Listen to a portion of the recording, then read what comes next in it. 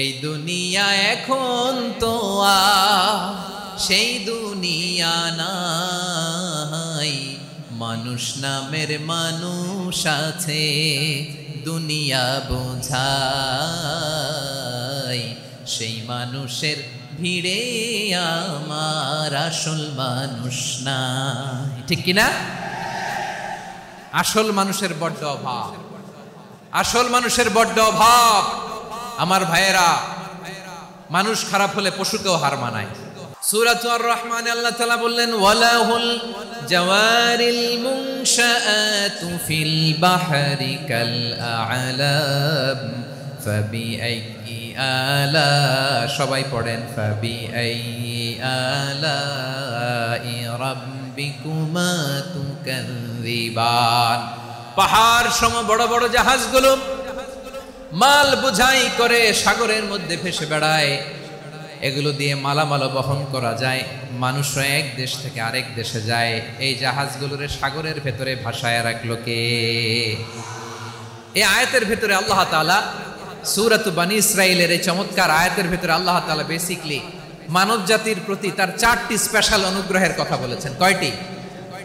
2টা বলে ফেলছি। 1 নাম্বার, ওয়ালাকাদ কাররামনা বনী আদম, আমি বনী আদমের সম্মান বাড়াইছি। নাকি মুসলমানদের? নাকি মুসল্লিদের? কার সম্মান বাড়িয়েছি? বনী আদমের। তাহলে human dignity, the first part of the verse talks about the human dignity. 2 number অংশে আল্লাহ তাআলা বললেন, ওয়া হামালনাহুম ফিল বাররি ওয়াল বাহর, স্থলে এবং সমুদ্রে আমি তাদের জন্য চলাচলের বাহন দিয়েছি। সুবহানাল্লাহ। তার মানে smooth movement on land and sea, জলে এবং স্থলে যাতে আমরা স্মুথলি মুভ করতে পারি আল্লাহ তাআলা দিয়েছেন। 3 নম্বরে আল্লাহ তাআলা বললেন, ওয়া রাযাকনাহুম মিনাত তাইয়্যিবাত, মানুষের জন্য আমি পবিত্র রিজিকের ব্যবস্থা করেছি। জলে এবং স্থলে যত প্রাণী আছে সবগুলা প্রাণীকে রিজিক দেয় কে? আমাদেরকে রিজিক দেয় কে? সাগরের মাছগুলোকে, বড় বড় তিমি মাছগুলোরে রিজিক দেয় কে? বাতাসের মধ্যে ভেসে বেড়ানো বড় বড় পাখিগুলো, স্ক্যান্ডিনেভিয়ান কান্ট্রি থেকে লক্ষ লক্ষ কোটি কোটি পাখিগুলো যে এক দেশ থেকে আরেক দেশে ট্রান্সফার হয়, এগুলোর রিজিক দেয় কে? রব্বুল আলামিন বলেন, ওয়ামা মিন দাব্বাতিন ফিল আরদি ইল্লা আলাল্লাহি রিজকুহা ওয়া ইয়ালামু মুস্তাকাররাহা ওয়া মুস্তাওদাআহা কুল্লুম ফি কিতাবিম মুবিন। আল্লাহু আকবার। রব্বুল আলামিন বলেন, ভূপৃষ্ঠে বিচরণশীল যত প্রাণী আছে সব প্রাণীগুলোকে আমি আল্লাহ আমার নিজের কুদরতে রিজিকের বন্দোবস্ত করি। এই প্রাণীগুলো কোথায় থাকে, কোথায় যায়, সব জায়গায় আমি রিজিক পৌঁছে দেই। রিজিক কেউ দিতে পারে না, রিজিকের মালিক কে? রিজিকের মালিক তিনি আল্লাহ। এজন্য আল্লাহ তাআলা বললেন, ওয়া রাযাকনাহুম মিনাত তাইয়্যিবাত। এরপর আল্লাহ বললেন, ওয়া ফাদ্দালনাহুম আলা কাসীরিম মিম্মান খালাকনা তাফদীলা। আমি যত প্রাণী সৃষ্টি করেছি সকল প্রাণীর মধ্যে মানুষের মর্যাদা, শ্রেষ্ঠত্ব আমি দিয়েছি। সুবহানাল্লাহ পড়েন। তাহলে 1 নম্বরে আল্লাহ বললেন, আমি বনী আদমের মর্যাদা বাড়ালাম। এরপরে বললেন, স্থলে এবং সমুদ্রে চলাচলের জন্য যানবাহন দিলাম। 3 নম্বরে আল্লাহ বললেন, পবিত্র রিজিকের ব্যবস্থা করে দিলাম। এরপরে আল্লাহ বললেন, যত প্রাণী আছে, সৃষ্টি আছে, সবগুলার উপরে আমি মানুষকে শ্রেষ্ঠত্ব দিলাম। সুবহানাল্লাহ। আল্লাহুম্মা সাল্লি আলা মুহাম্মাদ ওয়া আলা আলি মুহাম্মাদ কামা সাল্লাইতা আলা ইব্রাহিম ওয়া আলা আলি ইব্রাহিম ইন্নাকা হামিদুম মাজিদ। اللهم بارك على محمد وعلى آل محمد كما باركت على إبراهيم وعلى آل إبراهيم إنك حميد مجيد। সকল প্রশংসার মালিককে, সকল ক্ষমতার উৎসকে, কেউ যেটা পারে না পারে কে? কেউ যেটা দেখে না, দেখে কে? সে আল্লাহর দরবারে আমরা শুকর গুজার হচ্ছি। আমরা সবাই পড়ছি কালিমাতুশ শুকর, আলহামদুলিল্লাহ। সবাই একসাথে গলা ছেড়ে দিয়ে আওয়াজ করে পড়ুন, রব্বানা লাকাল হামদ হামদান কাসীরান তাইয়িবান মুবারাকান ফীহি ইয়া রাব্বি লাকাল হামদু কামা ইয়ানবাগি লিজালালি ওয়াজহিকা ওয়া আযীমি সুলতানিকা লাকাল হামদু বিল ঈমান লাকাল হামদু বিল ইসলাম লাকাল হামদু বিল কুরআন। আল্লাহ রাব্বুল ইজ্জা ওয়াল জালালের দরবারে শুকরিয়া জ্ঞাপনের পাশাপাশি আমি আজকের এই প্রোগ্রামের অর্গানাইজিং কমিটিকে অন্তরের অন্তঃস্থল থেকে ধন্যবাদ জানাতে চাই যে আদ-দ্বীন ফাউন্ডেশন অথরিটি তারা 3 দিন ব্যাপী যশোরের পুলের হাটে এরকম চমৎকার গোছানো ওয়েল অর্গানাইজড একটা তাফসীরুল কোরআনের প্রোগ্রামের আয়োজন করেছে। আমি আল্লাহর শুকরিয়া জ্ঞাপনের পাশাপাশি তাদেরকে আমার অন্তরের অন্তঃস্থল থেকে শুকরিয়া, ধন্যবাদ এবং মোবারকবাদ জানাতে চাই। আজকের প্রোগ্রামে উপস্থিত আছেন বৃহত্তর খুলনা বিভাগের ব্যবসায়ী ভাইয়েরা, কর্মজীবী ভাইয়েরা, ছাত্র ভাইয়েরা, পর্দার আড়ালে মহিলা প্যান্ডেলে আমার মায়েরা, বোনেরা উপস্থিত আছেন। কওমি মাদ্রাসার মুহতামিম বৃন্দ, আলিয়া মাদ্রাসার প্রিন্সিপাল হুজুর, শিক্ষক বৃন্দ, ছাত্রবৃন্দ, ইমাম সাহেব, খতিব সাহেব, মুয়াজ্জিন সাহেব, আইন শৃঙ্খলায় কর্মরত ভাইয়েরা, ভলান্টিয়ার্স, মিডিয়া কর্মী, সাংবাদিক বন্ধুরা, ইউটিউবার্স, আমি সবার অন্তঃস্থল থেকে শুভেচ্ছা জানিয়ে শুরু করতে চাই। প্রিয় ভাইয়েরা, আমি জানি যশোরের মানুষ খুবই well civilised, they know manners, তারা ম্যানার জানে। অতিথির সাথে কেমন আচরণ করতে হয় যশোরের লোকেরা এটা জানে কি জানে না বলেন? মাশাআল্লাহ। স্টেজ থেকে ইনস্ট্রাকশন আসলে সেটা শুনতে হবে, না শুনলে আমিও বলতে পারবো না, আপনারাও উপকৃত হবেন না। কোটি কোটি টাকা ব্যয়, অনেক পরিশ্রম সাপেক্ষে, অনেক ওয়েল ডিজাইন করে ওনারা প্রোগ্রাম করেছেন। শেষ অধিবেশন যদি আপনারা ধাক্কা ধাক্কি বিশৃঙ্খলা করেন, বঞ্চিত হব, আমরা বঞ্চিত হব, আপনারা বঞ্চিত হবেন। মিডিয়া কর্মীদের মাধ্যমে দেশে বিদেশে কোটি কোটি দর্শক তারা বঞ্চিত হবে। আর যদি একটা নীরব, নিস্তব্ধ, নিঝুম পরিবেশ আমাকে উপহার দেন, আমি জনগুরুত্বপূর্ণ, যেটা রাষ্ট্রের জন্য গুরুত্বপূর্ণ, যেটা সামাজিকভাবে আমাদের জন্য গুরুত্বপূর্ণ, আমার ব্যক্তি জীবনের জন্য গুরুত্বপূর্ণ, গোটা মানবতার জন্য গুরুত্বপূর্ণ, এরকম কিছু বার্তা আজকের এই ঐতিহাসিক যশোরের প্রোগ্রামে আমি রাখতে চাই ইনশাআল্লাহ। কিন্তু সেজন্য সহযোগিতা করতে হবে। যে ডান দিকের ছেলেরা মাশাআল্লাহ বলার সাথে সাথে ঠান্ডা, কিন্তু এখানে এখনো ঠান্ডা হচ্ছে না। তোমরা ভলান্টিয়ারদের কথা শোনো, জায়গা না পেলে পেছনে যাও, ধাক্কা ধাক্কি করো কেন ভাইয়েরা? এটা করো না। এই যে তোমাদেরকে দেখতে পাচ্ছি তো, একে অপরকে ধাক্কা ধাক্কি করে আমাকে দেখার চেষ্টা, পেছনে চলে যাও। Move move on, move, sit or move. আমি বারবার থামুন, চুপ করুন বলতে পারবো না। Sit or move on. 9টা প্যান্ডেল আছে, এখানে ধাক্কা ধাক্কির কোনো মানি হয় না। তোমরা ধাক্কা ধাক্কি করবা, এই জন্য প্যান্ডেল করা হয় নাই 9টা।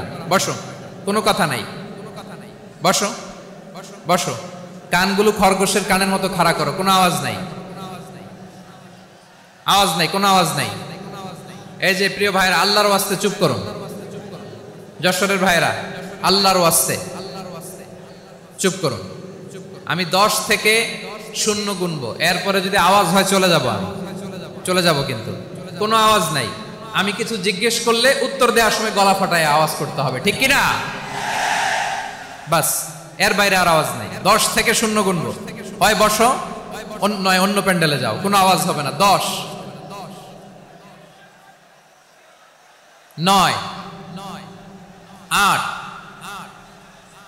7,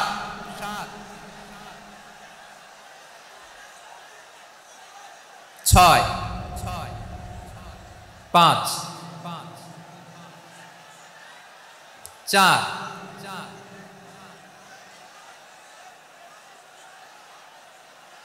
3 2 1 0। প্রিয় ভাইরা, অনেক আলোচনা হয়েছে 3 দিন ব্যাপী। দেশ বরেণ্য প্রথিতযশা ওলামায়ে হযরতের মুখে আপনারা অসংখ্য কথা শুনেছেন। আমলের জন্য এগুলোই যথেষ্ট। নতুন করে আমার বলার কিছুর দরকার নাই। নতুন করে উপস্থাপনের মতো বলার মতো আমার কাছে কিছু নাইও। যা বলার 1500 বছর আগে আল্লাহ তাআলা উম্মাহকে বলে দিয়েছেন, ঠিক কিনা? এমন কিতাব দান করেছে যে কিতাবে ভুল নাই। যতই পড়ি ততই শেখা যায়। বিয়ন্ডলেস, বাউন্ডলেস, বটমলেস, কুল কিনারা নাই, কুল কিনারা বিহীন সাগর। পড়েন সুবহানাল্লাহ। গত 3 দিন ধরে স্কলাররা যে সমস্ত বিষয় কোরআন সুন্নাহর আলোকে আলোচনা করেছে, আমরা যেন সেগুলোর উপর আমল করতে পারি। আল্লাহ তৌফিক দান করুক, আমরা পড়ি আমিন। আসুন এখানে আসার বসার এই প্রোগ্রামে অংশগ্রহণ করার উদ্দেশ্যকে, নিয়াতকে আমরা খালিস করে নিই। আজকে আমরা যা শুনবো শিখবো আমলের নিয়তে শুনবো, ঠিক কিনা বলেন? শেষ পর্যন্ত নীরবতা বজায় রাখবো। আমি উঠবো, আপনারা উঠবেন। এর আগে ওঠা যাবে না। স্কেডিউলে একটু চেঞ্জ এসেছে, এশার সালাত হয়নি। আমার আলোচনার পরপরই আজান হবে। এশার সালাতে আমরা জামাতে অংশগ্রহণ করে একসাথে বিদায় নেব ইনশাল্লাহ। বলেন, বিশৃঙ্খলা করলে আমার বুঝাতে, পয়েন্টগুলো শেয়ার করতে দেরি হবে। আর এই যে এরকম নীরব নিস্তব্ধ থাকলে সুবিধা হবে। আল্লাহর ওয়াস্তে বি স্মার্ট। জায়গা না হলে চলে যাবেন, আওয়াজ করবেন না। ভলান্টিয়াররাও আওয়াজ নয়, ইশারা ইঙ্গিতে। প্রিয় ভাইরা, যে টপিকটি নিয়ে আমি আপনাদের সামনে আজকে কথা বলতে চাই, টপিকটি অনেক গুরুত্বপূর্ণ। টপিকটি হচ্ছে হিউম্যান রিসোর্স ডেভেলপমেন্ট, মানব সম্পদ উন্নয়ন। কারণ আল্লাহ তাআলা আমাদের যা দেখ আর না দেখ এটা দিছে। মানুষ আর মানুষ, 18 কোটি মানুষ, ঠিক কিনা? এই 18 কোটির জনসংখ্যার দেশে বসবাস করে আমরা খুশি না বেজার? খুশি হইতে হবে, বেজার হইেন না। জাপানের খবর জানেন? তাদের গ্রোথ রেট নিচের দিকে, উল্টো। জনসংখ্যা নাই, বাচ্চা নিলে, সন্তান নিলে গভর্নমেন্ট তাদের টাকা দেয়। আমাদেরকে আল্লাহ তাআলা দয়া করে, মায়া করে এই সম্পদটা দিয়েছেন।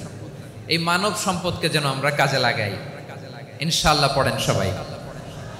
হিউম্যান রিসোর্স ডেভেলপমেন্ট অনেক জনগুরুত্বপূর্ণ বিষয়, খুব সেনসিটিভ বিষয়।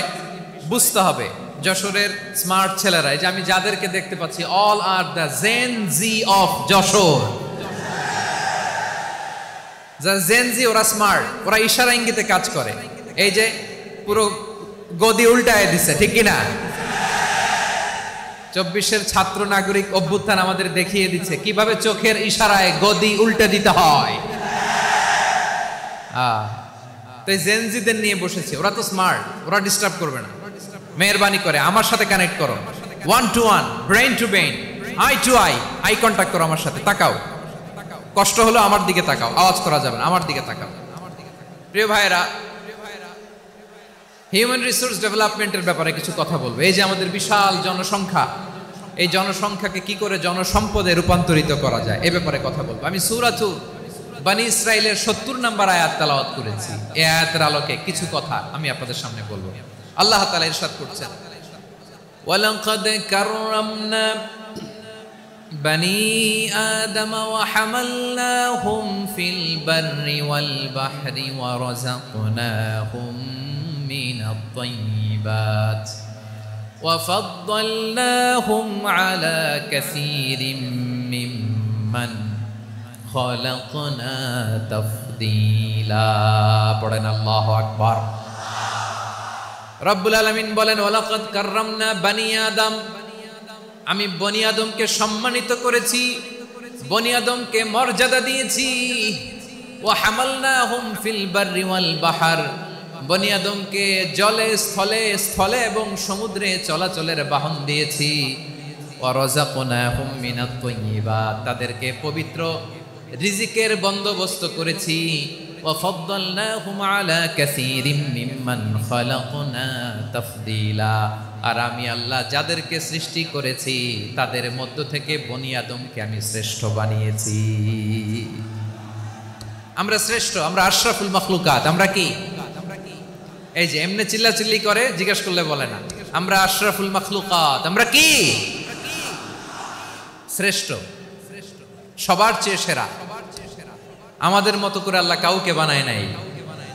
দুই পায়ে ভর করে শির দ্বারা এরকম স্ট্যান্ড রেখে মাথা উঁচু করে দাঁড়াতে পারে এরকম কোন প্রাণী পৃথিবীতে আছে? এজন্য আল্লাহ বলেন ওয়ালাকাদ কাররামনা বানি আদম, আমি বনি আদমকে সম্মানিত করেছি, তাদেরকে আমি মর্যাদা দিয়েছি। তাদেরকে আমি যত মর্যাদা দিয়েছি আমার কোন সৃষ্টিকে এত মর্যাদা দেই নাই। পড়েন সুবহানাল্লাহ। I have dignified the status of the sons of Adam. আদমের সব সন্তানের মর্যাদা আমি বাড়িয়েছি। আল্লাহ এখানে বলেননি ওয়ালাকাদ কাররামনাল মুমিনিন, আমি মুমিনের মর্যাদা বাড়িয়েছি, বলেছেন? আল্লাহ এখানে বলেন নাই ওয়ালাকাদ কাররামনাল মুসলিমিন, আমি মুসলিমের মর্যাদা বাড়িয়েছি। আল্লাহ বলেছেন ওয়ালাকাদ কাররামনা বানি আদম, আমি বনি আদমের সম্মান বাড়িয়েছি। হোক সে মুমিন কিংবা কাফের, মুসলিম কিংবা মুশরিক, আস্তিক কিংবা নাস্তিক, আরব কিংবা অনারব, যেই হোক না কেন আদম সন্তান সবগুলার মর্যাদা বাড়ায় দিয়েছে কে? সবার মর্যাদা আল্লাহ বাড়িয়েছে। মানুষ হিসেবে মর্যাদা। বিশ্বনবী সাল্লাল্লাহু আলাইহি ওয়াসাল্লাম ইহুদির লাশ দেখে দাঁড়িয়ে গেলেন। কার লাশ? আমার যশোরের ভাইয়েরা আওয়াজ করে বলুন, কার লাশ? ইহুদির লাশ দেখে দাঁড়ায় গেলেন। সাহাবারা বললেন ইয়া রাসূলুল্লাহ, আপনি দাঁড়ালেন যে, এটা তো ইহুদির লাশ। বিশ্বনবী বললেন আওয়ালাইসাত নাফসান, এটা কি মানুষ নয়? এটা হোক ইহুদি হোক খ্রিস্টান, এটা তো মানুষ। আমি মানুষ দেখে দাঁড়িয়েছি। আই স্যালিউট দ্য হিউম্যানিটি, আমি মানবতাকে সম্মান করেছি। পড়েন সুবহানাল্লাহ। তাহলে এই জমিনে মানুষের মর্যাদা বেশি, হোক আস্তিক হোক নাস্তিক, হোক মুমিন কিংবা কাফের। আদমের সন্তান হলে, মানুষ হলেই তার মর্যাদা বাড়িয়েছে কে? আমার কলিজার টুকরা যশোরের ভাইয়েরা, মানুষের মর্যাদা আল্লাহ এত বাড়িয়েছেন, মানুষ জীবিত থাকলেও যেমনি মর্যাদাবান, মরে গেলেও মর্যাদাবান। সুবহানাল্লাহ পড়েন। মানুষ মরে গেলে এই ডেড বডিটা কি হয়? পচে যায়, গলে যায়, মাটির সাথে মিশে যায়। তাই বলে আপনি ডেড বডির সাথে যাচ্ছে তাই করতে পারবেন না। পারবেন? কেউ যদি অন্যায় করে তাকে যদি আপনি শাস্তির আওতায় আনেন, যা মনে চায় করতে পারবেন না। তারা আগুন দিয়ে পোড়াতে পারবেন না, নাক কাটতে পারবেন না, কান কাটতে পারবেন না, অঙ্গ বিকৃতি করতে পারবেন না। কারণ মানব জাতির মর্যাদা স্বয়ং দিয়েছে কে? ডেড বডি পচে যাবে, গলে যাবে। তারপরে ইসলাম বলে না, খবরদার, এই মরা লাশটারও একটা মর্যাদা আছে না নাই? ইসলাম বলে এই লাশটা গলে যাবে, পচে যাবে, কিন্তু এটার অমর্যাদা করো না। কর্পূর দিয়ে, খেজুর পাতা দিয়ে, এটাকে ওয়ার্ম ওয়াটার দিয়ে, গরম পানি দিয়ে ধৌত করো। সাদা শুভ্র ধবধবে কাপড় দিয়ে লাশটাকে তুমি কাভার করো। তারপরে খাটিয়ার মধ্যে লাশটাকে রেখে বিশাল একটা প্রোগ্রাম করো, একটা ফিউনারাল প্রোগ্রাম করো। ওই প্রোগ্রামের ডানে বায়ে পেছনে লাশটারে রাখলে হবে না, প্রোগ্রামের একেবারে সামনটাতে তুমি লাশটাকে রাখো। সুবহানাল্লাহ। একটা ফিউনারাল প্রোগ্রাম করতে হবে, তাকে শেষ বিদায় জানাতে হবে, যেটাকে আমরা জানাজা বলি। কি বলি? জানাজা মানে মাইয়েতের জন্য দোয়া, তার জন্য দোয়া করা হয়। তাকে একটা সিস্টেমেটিক অর্ডারে কবরে রাখা হয়, সুন্দরভাবে সেটাকে কবরস্থ করা হয়, মাটি দেয়া হয়, পানি দেয়া হয়। তার মানে মরে গেলেও মানুষের সম্মান বাড়ায় দিয়েছে কে? এজন্য আল্লাহ বললেন ওয়ালাকাদ কাররামনা বানি আদম, বনি আদমের সম্মান মর্যাদা আমি আল্লাহ বাড়িয়ে দিয়েছি। মানুষের সম্মানে তুমি কখনো আঘাত করো না, ঠিক কিনা? তাহলে ভাই, প্রথম মেসেজ হচ্ছে, the first and foremost message tonight to the people of Jessore. Allah বলেন I have dignified the status of son of Adam, আমি বনি আদম সবার মর্যাদা বাড়িয়ে দিয়েছি। হোক আস্তিক নাস্তিক, হোক কাফের কিংবা মুশরিক, তার মর্যাদা বাড়াই দিছে কে? যখন বন্যা হয় আমরা ত্রাণ নিয়ে যাই, আমরা শুধু মুসলমানদেরকে ত্রাণ দেই নাকি? হ্যাঁ, আমরা মুসলমান কেউ দেই, অমুসলমান কেউ দেই, হিন্দু কেউ দেই, বৌদ্ধ কেউ দেই। যেখানেই মানবতা বিপন্ন সেখানে ইসলামের হেল্পিং হ্যান্ড আছে না নাই? সুবহানাল্লাহ। কি দিন আমরা পেয়েছি, কি বিধান আমরা পেয়েছি। ওয়ালাকাদ কাররামনা বানি আদম, আমি বনি আদমকে সম্মানিত করেছি। এরপর আল্লাহ বললেন ওয়া হামালনাহুম ফিল বাররি ওয়াল বাহর, মানুষকে স্থলে এবং সমুদ্রে চলাচলের বাহন আমি দিয়েছি। স্থলে কিভাবে চলবে, জলে কিভাবে চলবে, এই বাহনের ব্যবস্থা করেছে কে? এই জেনজি, এই সামড়া, ইরাম করতেছো কিসের জন্য? হ্যাঁ ইরাম করলে চলবি? হ্যাঁ বস বস বস, আওয়াজ করতেছো কেন? দিবা না, কথা বলতে দিবা না আমাকে? তো এইটা বুঝি তোমাদের ভালোবাসার নমুনা? তোমাদের ভালোবাসার কারণে যদি আমি কোথাও দাঁড়াতেই না পারি, কোথাও বসতে না পারি, কোথাও দুটা কথা বলতে না পারি, এই ভালোবাসা দিয়ে কি হবে আমার? বরং ঘামতে ঘামতে ঘর্মাক্ত হব, রক্তাক্ত হব। কিন্তু সেন্ট্রাল থেকে, সেন্ট্রালি যে ইনস্ট্রাকশন আসবে, সেই ইনস্ট্রাকশনের এক চুল আমরা ডানে বায়ে যাব না।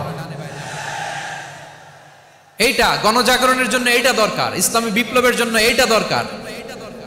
তো আধা ঘন্টা ধরে যদি তোমাদেরকে থামানোই না যায়, এই লস্কর দিয়ে আমি কি করব? আল্লাহর ওয়াস্তে নো নো নো স্লোগান, চুপচাপ একেবারে আমার দিকে তাকাও। আল্লাহ বললেন ওয়া হামালনাহুম ফিল বাররি ওয়াল বাহর, জলে স্থলে আমি চলাচলের যানবাহনের ব্যবস্থা করেছি। আমরা স্থলে ঘোড়ার উপরে চড়ি, উটের উপরে চড়ি, গাড়ির উপরে চড়ি। এই যে গাড়ির ইঞ্জিন বানাইছি আমরা, এটার মেধা দিয়েছে কে? আবার সাগরের মধ্যে আমরা নৌযান, জলযান, বড় বড় জাহাজ দিয়ে এক মহাদেশ থেকে আরেক মহাদেশ যাই, এক দেশ থেকে মালামাল গুলো আরেক দেশে পাঠাই। সাগরের ভেতরে নৌকাগুলোরে ধরে রাখলো কে? ওয়াল ফুলকিল্লাতী তাজরি ফিল বাহরি বিমা ইয়ানফাউন নাস। মানুষের উপকার আছে এরকম সরঞ্জামাদি নিয়ে সাগরের উপরে বিশাল বিশাল জলযানগুলো চলে। এগুলো ডুবে যায় না, কাত হয়ে যায় না, পড়ে যায় না। এগুলোকে স্থিতিস্থাপকতাকে ঠিক করে রাখলো কে? আপনারা জাহাজ দেখেছেন? জাহাজ, হ্যাঁ, বাড়ি চট্টগ্রাম হইলে দেখতে পারতেন। দেখছেন? বিশাল বিশাল জাহাজ, বিশাল জাহাজ মালামাল নিয়ে এক মহাদেশ থেকে আরেক মহাদেশে যায়। গত মাসে আমার জাপান সফর ছিল। এই যে বাংলাদেশে যে গাড়িগুলো চালান, বেশিরভাগ গাড়ি আসে কিন্তু জাপান থেকে। হাজার হাজার গাড়ি একটা জাহাজ বহন করতে পারে, হাজার হাজার গাড়ি। এটারে সাগরের মধ্যে ভাসাইলো কে? সবাই বলুন, ভাসালো কে? হাজার হাজার গাড়ি নিয়ে জাপানিজ গাড়িগুলো আমাদের চট্টগ্রামের এয়ারপোর্টের বন্দরে ভিড়ে। যুক্তরাষ্ট্রে আমি দেখেছি বিশাল বিশাল জাহাজ। আপনারা টাইটানিক জাহাজের নাম শুনেছেন? টাইটানিকেরও 8 গুণ 10 গুণ বড়। সুবহানাল্লাহ কইবেন না? টাইটানিক জাহাজের 8 গুণ 10 গুণ বড় একটা জাহাজ আছে, আইকন অফ দ্য সি। আমি দেখে এসেছি। রয়্যাল ক্যারিবিয়ান দেখে এসেছি। সাগরের সামনে জেটিতে যখন দাঁড়ালাম, জাহাজটা যখন যায়, আমার মনে হচ্ছে একটা শহর, গোটা শহর, the entire city is floating on the water. পুরো একটা শহর মনে হয় পানির উপর দিয়ে ভেসে যাচ্ছে। পড়েন সুবহানাল্লাহ। এই যে আইকন অফ দ্য সি, এই ক্রুজ, এই জাহাজটা, এটার ভিতরে স্টেডিয়াম আছে। কিসের ভিতরে স্টেডিয়াম? কথা বুঝে নাই বোধহয়। স্টেডিয়াম কিসের ভিতর? সুইমিং পুল আছে, শপিং মল আছে, রেস্টুরেন্ট আছে, ক্লাব আছে, 3000 4000 রুম বিশিষ্ট, কক্ষ বিশিষ্ট হোটেল আছে। এই সবগুলোর নিয়ে এগুলো চলে সাগরের এই দোলার মধ্যে, জলোচ্ছ্বাসের মধ্যে। এই সাগরের ভেতরে এই জাহাজগুলোর ভাষায় রাখছে কে?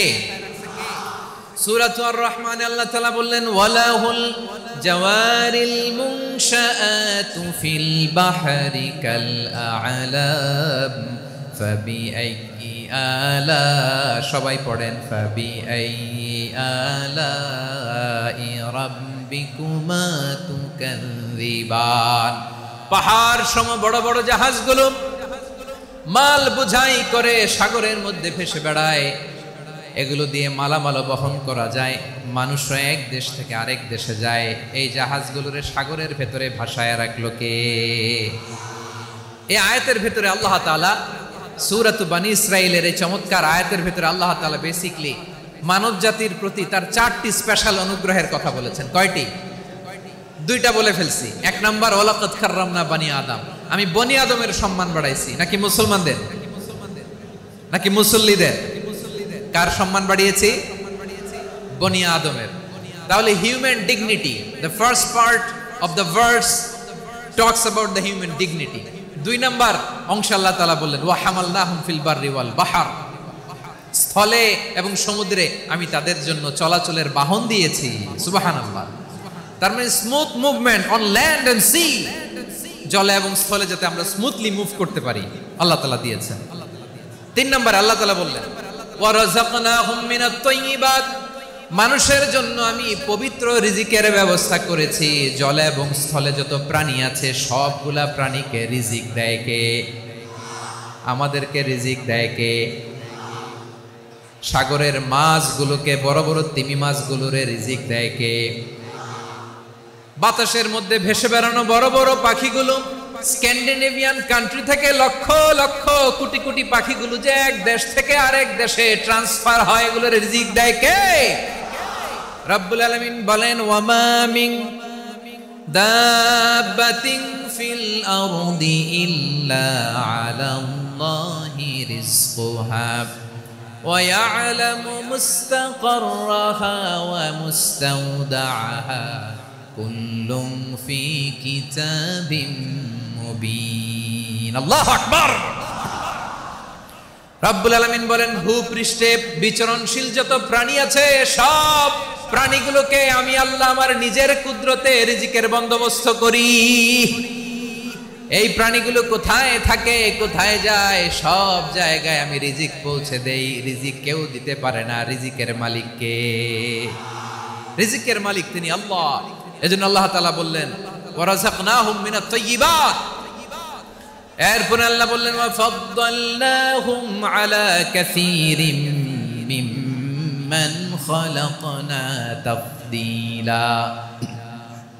আমি যত প্রাণী সৃষ্টি করেছি সকল প্রাণীর মধ্যে মানুষের মর্যাদা শ্রেষ্ঠত্ব আমি দিয়েছি। সুবহানাল্লাহ পড়েন। তাহলে 1 নম্বরে আল্লাহ বললেন আমি বনি আদমের মর্যাদা বাড়ালাম। এরপরে বললেন স্থলে এবং সমুদ্রে চলাচলের জন্য যানবাহন দিলাম। 3 নম্বরে আল্লাহ বললেন পবিত্র রিজিকের ব্যবস্থা করে দিলাম। এরপরে আল্লাহ বললেন যত প্রাণী আছে, সৃষ্টি আছে, সবগুলার উপরে আমি মানুষকে শ্রেষ্ঠত্ব দিলাম। সুবহানাল্লাহ। তাহলে সবচেয়ে বেশি শ্রেষ্ঠত্ব মানুষের। কার? মানুষের। শুধু তাই নয় প্রিয় ভাইরা, আকাশ এবং জমিনে যা কিছু আছে সবকিছু মানুষের জন্য, মানুষের কল্যাণে, মানুষের প্রয়োজনে, মানুষের বশীভূত করে সৃষ্টি করেছেন কে? রব্বুল আলামিন বলেন হুয়াল্লাযী খালাকা লাকুম মা ফিল আরদি জামিআ। এই জমিনের মধ্যে যা কিছু আমি আল্লাহ সৃষ্টি করেছি সব কিছু আমি মানুষের জন্য সৃষ্টি করেছি। পড়েন সুবহানাল্লাহ। হুয়াল্লাযী খালাকা লাকুম মা ফিল আরদি জামিআ, যা আছে সব আমাদের জন্য, সব আমাদেরকে সার্ভিস দেওয়ার জন্য, আমাদের উপকারের জন্য, আমাদের কল্যাণের জন্য। আওয়াজ করে সবাই পড়ুন আল্লাহু আকবার। অন্য আয়াতে আল্লাহ বললেন ওয়াসাখখারা লাকুম মা ফিস সামাওয়াতি ওয়া মা ফিল আরদি জামিআন মিন ইন্না ফি যালিকা লাআয়াতিন লিকাউমিন ইয়াতাফাক্কারুন।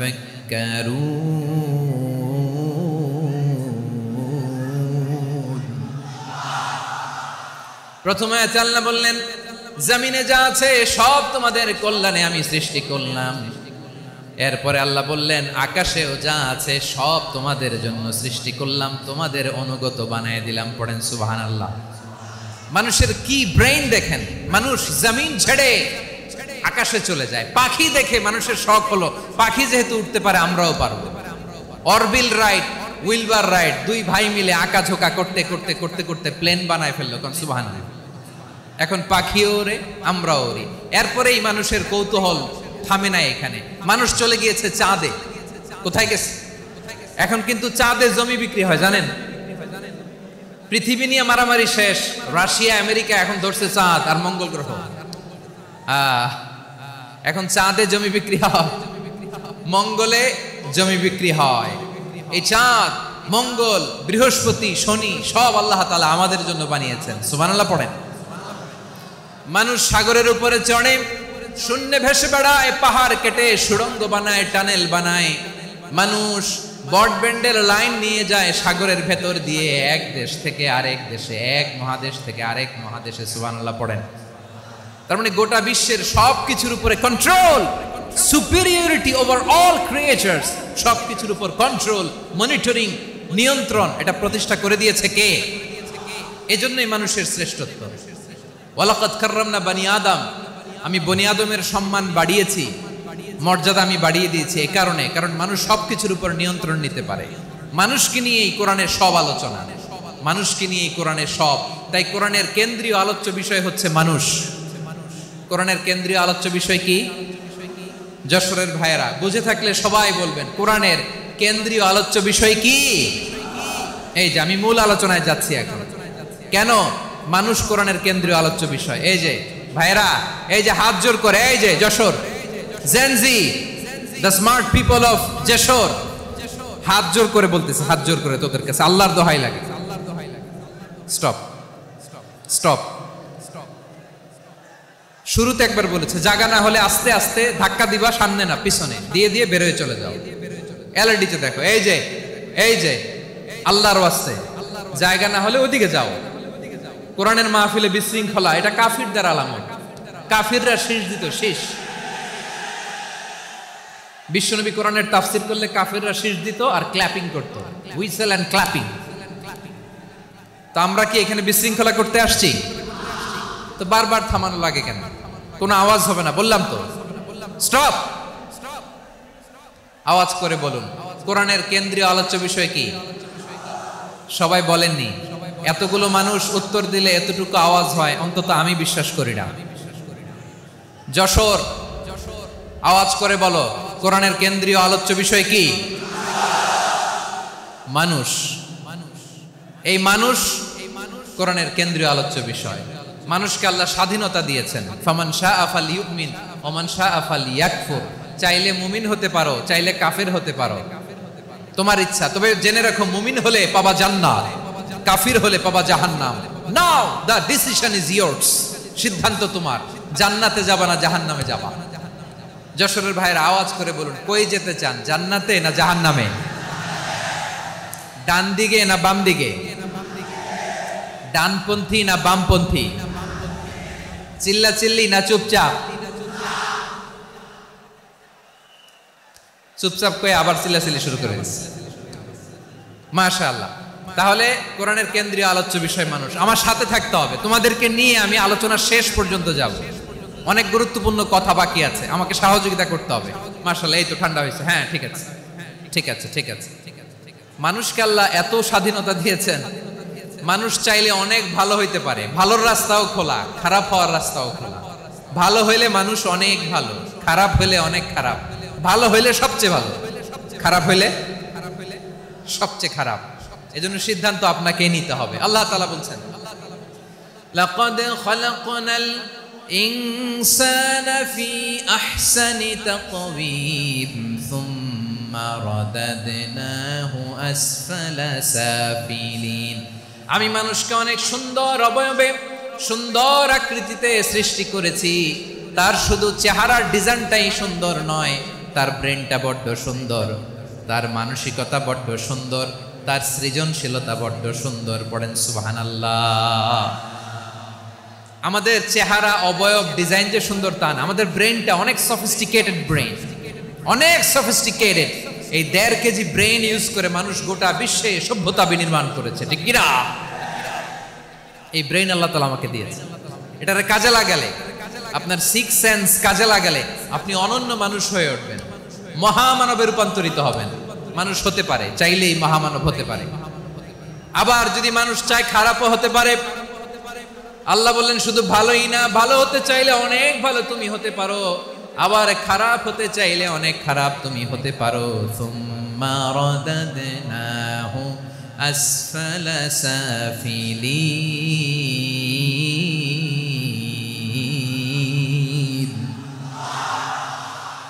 খারাপ হলে একেবারে খারাপ হতে পারো, নিকৃষ্ট হলে একেবারে নিকৃষ্ট হতে পারো, ভালো হলেও ভালো হতে পারো। কোন সুবহানাল্লাহ।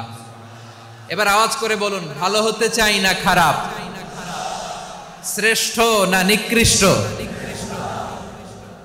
মানুষ ভালো হলে মানুষ ফেরেশতার চেয়েও ভালো, মানুষ খারাপ হলে সে পশুর চেয়েও খারাপ। কথা ঠিক কিনা বলেন? ভালো হলে ফেরেশতার চেয়েও ভালো, খারাপ হলে পশুর চেয়েও নিকৃষ্ট। তার মানে শ্রেষ্ঠত্বে মানুষ শ্রেষ্ঠত্বে ফেরেশতাকে হার মানায়, আর অধপতনে শ্রেষ্ঠত্বে ফেরেশতাকে ছাড়িয়ে যায়, আর অধপতনে পশুকেও হার মানায়। আই রিপিট, আমি আবারও বলছি, মানুষ শ্রেষ্ঠত্বে ফেরেশতাকে ছাড়িয়ে যায়, আর অধপতনে সে পশুকেও হার মানায়। আওয়াজ করে বলতে হবে ঠিক কি না? এটার প্রমাণ কি? মানুষ শ্রেষ্ঠ হইলে যে ফেরেশতার চেয়েও সেরা, তার প্রমাণ কি? আল্লাহ তাআলা বলছেন, ওয়া ইয কুলনা লিল মালাইকাতি ইসজুদু লি আদম ফাসাজাদু ইল্লা ইবলিস আবা ওয়াস্তাকবারা ওয়া কানা মিনাল কাফিরিন। আল্লাহ বলেন, স্মরণ করো সে সময়ের কথা যখন আমি ফেরেশতাদেরকে বললাম, ও ফেরেশতারা আদমকে সেজদা দাও।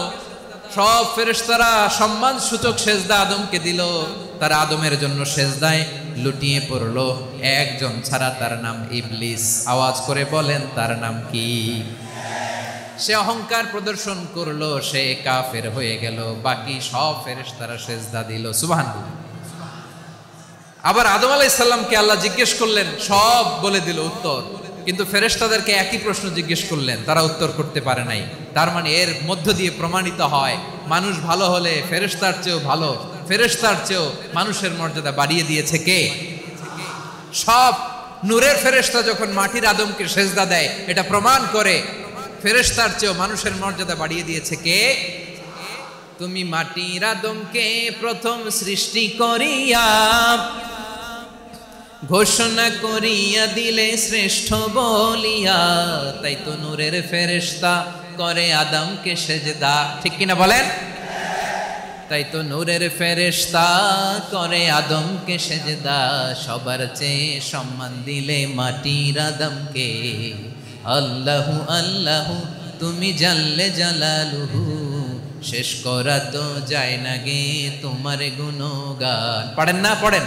আল্লাহু আল্লাহু তুমি জাল্লে জালালুহু, শেষ করা তো যায় না গে তোমার গুণগান। আল্লাহু আল্লাহু, আল্লাহু আকবার।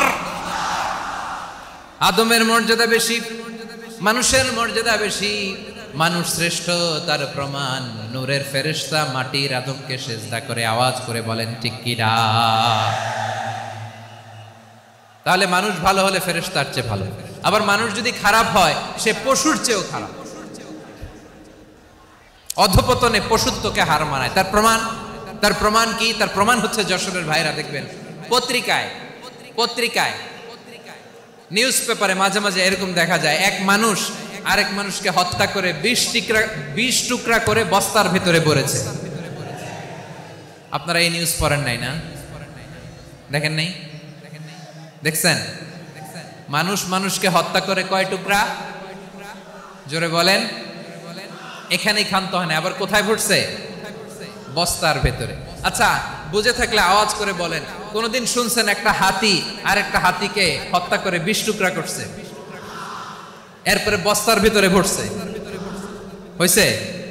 তাহলে দেখেন, মানুষ যদি খারাপ হয় সে পশুকেও হার মানায়। চিল্লায় বলো ঠিক কিনা? এমনও দুশ্চরিত্র মানুষ আছে যার যার নজর থেকে 6 মাসের ছোট্ট মেয়ে থেকে শুরু করে 80 বছরের বৃদ্ধারাও নিরাপদ নয়। পশুকেও হার মানে। মানুষ মানুষের ঘর জ্বালিয়ে পুড়ে মেসাকার করে দেয়, জনপদের পর জনপদ জ্বালায় দেয়। এরকম আছে না নাই? বোমা মেরে শহরগুলো উড়িয়ে দেয়। এই যে ইসরায়েল গাজার মধ্যে যে অ্যাটাক করেছে, এরা মসজিদ মানে নাই, মসজিদে বম ফেলেছে। এরা খ্রিস্টানদের চার্চ গির্জা মানে নাই, গির্জায় বম ফেলেছে। পৃথিবীর ইতিহাসে never happened in the history of the world that someone bombed on a hospital, on a ICU center. এমন হাসপাতাল যেখানে আইসিইউ রোগীরা আছে, ওই হাসপাতালের উপরও ইসরায়েলি সৈনিকেরা বোমা মেরেছে। জোরে বলেন ঠিক কিনা? এরা মানুষ? আওয়াজ করে বলেন, এরা মানুষ না। প্রিয় ভাইয়েরা, চোখ কান নাক মুখ থাকলেই মানুষ না। যা সামনে দেখেন এগুলো সব মানুষ না, এগুলো জনসংখ্যা। এগুলো কি? সবাই বলুন, এগুলো কি? বাড়ছে জনসংখ্যা, কমছে মানুষ। বাড়ছে জনসংখ্যা, কমছে। এই দুনিয়া এখন তো সেই দুনিয়া নাই, মানুষ নামের মানুষ আছে, দুনিয়া বোঝাই, সেই মানুষের ভিড়ে আমার আসল মানুষ নাই। ঠিক কিনা? আসল মানুষের বড্ড অভাব, আসল মানুষের বড্ড অভাব। আমার ভাইয়েরা, মানুষ খারাপ হলে পশুকেও হার মানায়। আচ্ছা, আওয়াজ করে বলেন, এই যশোরের ছেলেরা এদিক তাকাও, আওয়াজ করে বলেন, যে ইসরায়েলি সোলজাররা উপর থেকে বোমা মারলো, তারাও মানুষ? তারাও কি? ওরাও রক্তে মাংসে মানুষ, ওদেরও পরিবার আছে। বোমা মেরে যেই মেয়েটাকে তারা অনাথ বানায়, ইয়াতিম বানায়, ও কিন্তু বাসায় ওর মেয়েটাকে রেখে আসছে। ঠিক কিনা বলেন? বম্বিং করে যে বাবাকে মেরে, স্বামীকে মেরে স্ত্রীকে বিধবা বানায়, তারও ঘরে স্ত্রী আছে। উপর থেকে বম মেরে মানুষ মেরে দিচ্ছে, তারাও মানুষ। 1945 সালের 6 আগস্ট আমেরিকান সোলজাররা হিরোশিমায় বম মেরেছে। আমি নিজে দেখে এসেছি জাপানের হিরোশিমাতে। সকাল 8:15 মানুষ কেউ অফিসে যাচ্ছিল, কেউ খেতে খামারে কাজ করতে যাচ্ছিল। লিটল বয় নামে একটা বোম মেরেছে তারা। এই বোমের আঘাতে, পারমাণবিক এই বোমার রেডিয়েশনে আঘাতে, বোম ব্লাস্ট হওয়ার পরে মুহূর্তের মধ্যে 1,40,000 নাই। উপর থেকে যারা মারতেছে এরাও মানুষ, যাদেরকে মারলো তারাও। তার মানে মানুষে মানুষে পার্থক্য আছে না? নেই? মানুষে মানুষে পার্থক্য আছে। নাক কান চোখ মুখ থাকলেই মানুষ নয়। বাড়ছে জনসংখ্যা, কমছে মানুষ। চিল্লায় বলো ঠিক কিনা? তাহলে আমরা বুঝলাম মানুষ ভালো হলে অনেক ভালো, খারাপ হলে অনেক খারাপ। ও আমার কলিজার টুকরা যশোরের ভাইয়েরা, আসুন না 3 দিন ব্যাপী এই তাফসিরুল কোরআনের ঐতিহাসিক প্রোগ্রাম থেকে আমরা সিদ্ধান্ত নেই, আমরা ভালো মানুষ হব নাকি খারাপ মানুষ হব। কলিজা থেকে, প্রাণ থেকে আওয়াজ করে সবাই বলুন, ভালো মানুষ নাকি খারাপ মানুষ? ভালো মানুষ হইতে হবে। ভালো মানুষ যারা জগৎটাকে এনলাইটেন করবে, যারা এনলাইটেন করবে, যারা সত্যের বীর সেনানী হয়ে দাঁড়াবে, যারা সত্যের পক্ষে কথা বলবে, যারা জালিমের মসনদকে ভেঙে খান খান করে দেবে। এরকম হওয়ার দরকার আছে না নাই? এরকম ভালো মানুষ আমরা হতে চাই কি চাই না? মানুষকে যত্ন নিলে মানুষ যে কত ভালো হয় আপনি কল্পনাও করতে পারবেন না। এই যে আপনাদের যশোরে যে ভালো ছেলেগুলো আছে, যে ভালো তরুণগুলো আছে, যে যুবকগুলো আছে, যে ভালো আলেমরা আছে, ভালো নেতারা আছে, সবাই যদি তাদের মতো হতো, পুরো যশোরটা একটা জান্নাতের টুকরা হয়ে যেত। আওয়াজ করে বলেন ঠিক কিনা? মানুষকে নার্চারিং করলে, মানুষকে পলিশ করলে, মানুষকে গ্রুমিং করলে, মানুষকে সঠিক তারবিয়া দিলে মানুষ অনন্য হয়ে ওঠে। প্রতিটি মানুষ অনন্য। আমি অনন্য, আপনি অনন্য, আমরা সবাই অনন্য। সুবহানাল্লাহ বলেন। মানুষকে আল্লাহ তাআলা দিয়েছেন অসীম ক্ষমতা, অসীম ক্ষমতা। সুবহানাল্লাহ। একটা মানুষ পারে না এমন কিছু নাই, একটা মানুষ পারে না এমন কিছু নাই। বিশ্বাস করতে হবে, মানুষ যা কল্পনা করতে পারে ওইটা মানুষ করে দেখাতে পারে। যশোরের ভাইয়ের, আই রিপিট, আমি আবারও বলছি, এই চিল্লাচিল্লি করলে আমার এই গুরুত্বপূর্ণ কথা তোমরা মিস করবা, মিস করবা। কপাল পড়া হয় না, আওয়াজ করে কপাল পড়া হবে না। আমার দিকে তাকাও। মানুষ, মানুষ যা কল্পনা করতে পারে সেটা মানুষ করে দেখাতে পারে। তুমি তোমার কল্পনার রাজ্যকে সাজাও, তোমাকে হারাতে পারে এমন কোন শক্তি আল্লাহর জমিনে নাই। তোমার কি শক্তি, কি সম্ভাবনা তুমি জানোই না মিয়া।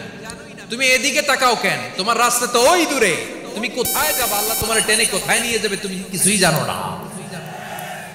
প্ল্যান বিগ, ড্রিম বিগ, কল্পনার শক্তিকে বড় করো। মানুষ যা কল্পনা করতে পারে মানুষ তা করে দেখাতে পারে। মানুষের কাছে অসাধ্য কিছু নাই, মৃত্যু ছাড়া, এক্সেপ্ট ডেথ। মৃত্যু ছাড়া মানুষ সবকিছুকে জয় করতে পারে। মৃত্যু ছাড়া যে কোনো অসাধ্যকে সাধন করার ক্ষমতা মানুষকে দিয়ে দিয়েছে কে? হারার জন্য তোমার জন্মই হয় নাই, তোমার জন্ম হয়েছে জিতার জন্য, বিজয়ের জন্য তোমার জন্ম। মানুষের শুরুটাই হয় বিজয় দিয়ে। যশোর, আওয়াজ করে বলো, মানুষের শুরু হয় কি দিয়ে? আমরা যখন আমার পিতার পৃষ্ঠদেশে ছিলাম, পিতার পৃষ্ঠদেশ থেকে শুক্রাণু যখন মায়ের গর্ভদেশে যেয়ে পড়ে, কতটা শুক্রাণু ভ্রমণ শুরু করে জানো? 20 কোটি শুক্রাণু। একবার সিমেন আউট হলে সেখানে 20 কোটি শুক্রাণু থাকে, ভ্রমণ শুরু করে। শুক্রাণুর মধ্য থেকে তুমি আমি আজকে এক বিকশিত শুক্রাণু মানব রূপে পৃথিবীতে এসেছি। সুবহানাল্লাহ। ওই 20 কোটি শুক্রাণুর প্রতিযোগিতায় সবাই রে পেছনে ফেলে সেদিন আমি সফল হয়েছিলাম, সেদিন আমি বিজয়ী হয়েছিলাম। সেদিন আমি এত ছোট ছিলাম, মাইক্রোস্কোপ দিয়েও আমার অস্তিত্ব টের পাওয়া যায় না। আমি এত তুচ্ছ ছিলাম, নগণ্য ছিলাম। আমার কান ছিল না, আমার চোখ ছিল না, আমার হাত ছিল না, আমার জন্য রিকমেন্ডেশন করার মতো মামু ছিল না, খালা ছিল না, কেউ ছিল না। তারপরেও ওই প্রতিযোগিতায়, ওই কম্পিটিশনে যখন আমারে কেউ হারাতে পারে নাই, আল্লাহর জমিনেও আমারে কেউ হারাতে পারে না। হারার জন্য তোমার জন্মই হয় নাই, তুমি আসছই জিতার জন্য। সুবহানাল্লাহ। বিশ্বনবী বলেন, আন-নাসু মাআদিন কামাআদিনি যাহাবি ওয়াল ফিদ্দা খিয়ারুহুম ফিল জাহিলিয়াতি খিয়ারুহুম ফিল ইসলাম।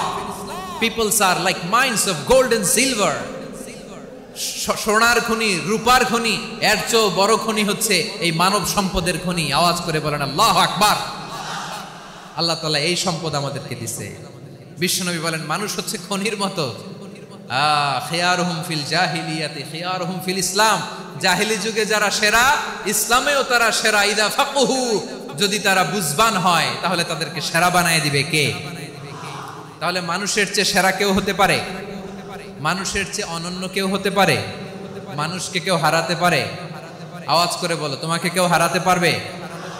এই সাহস জাগছে আজকের আলোচনা থেকে।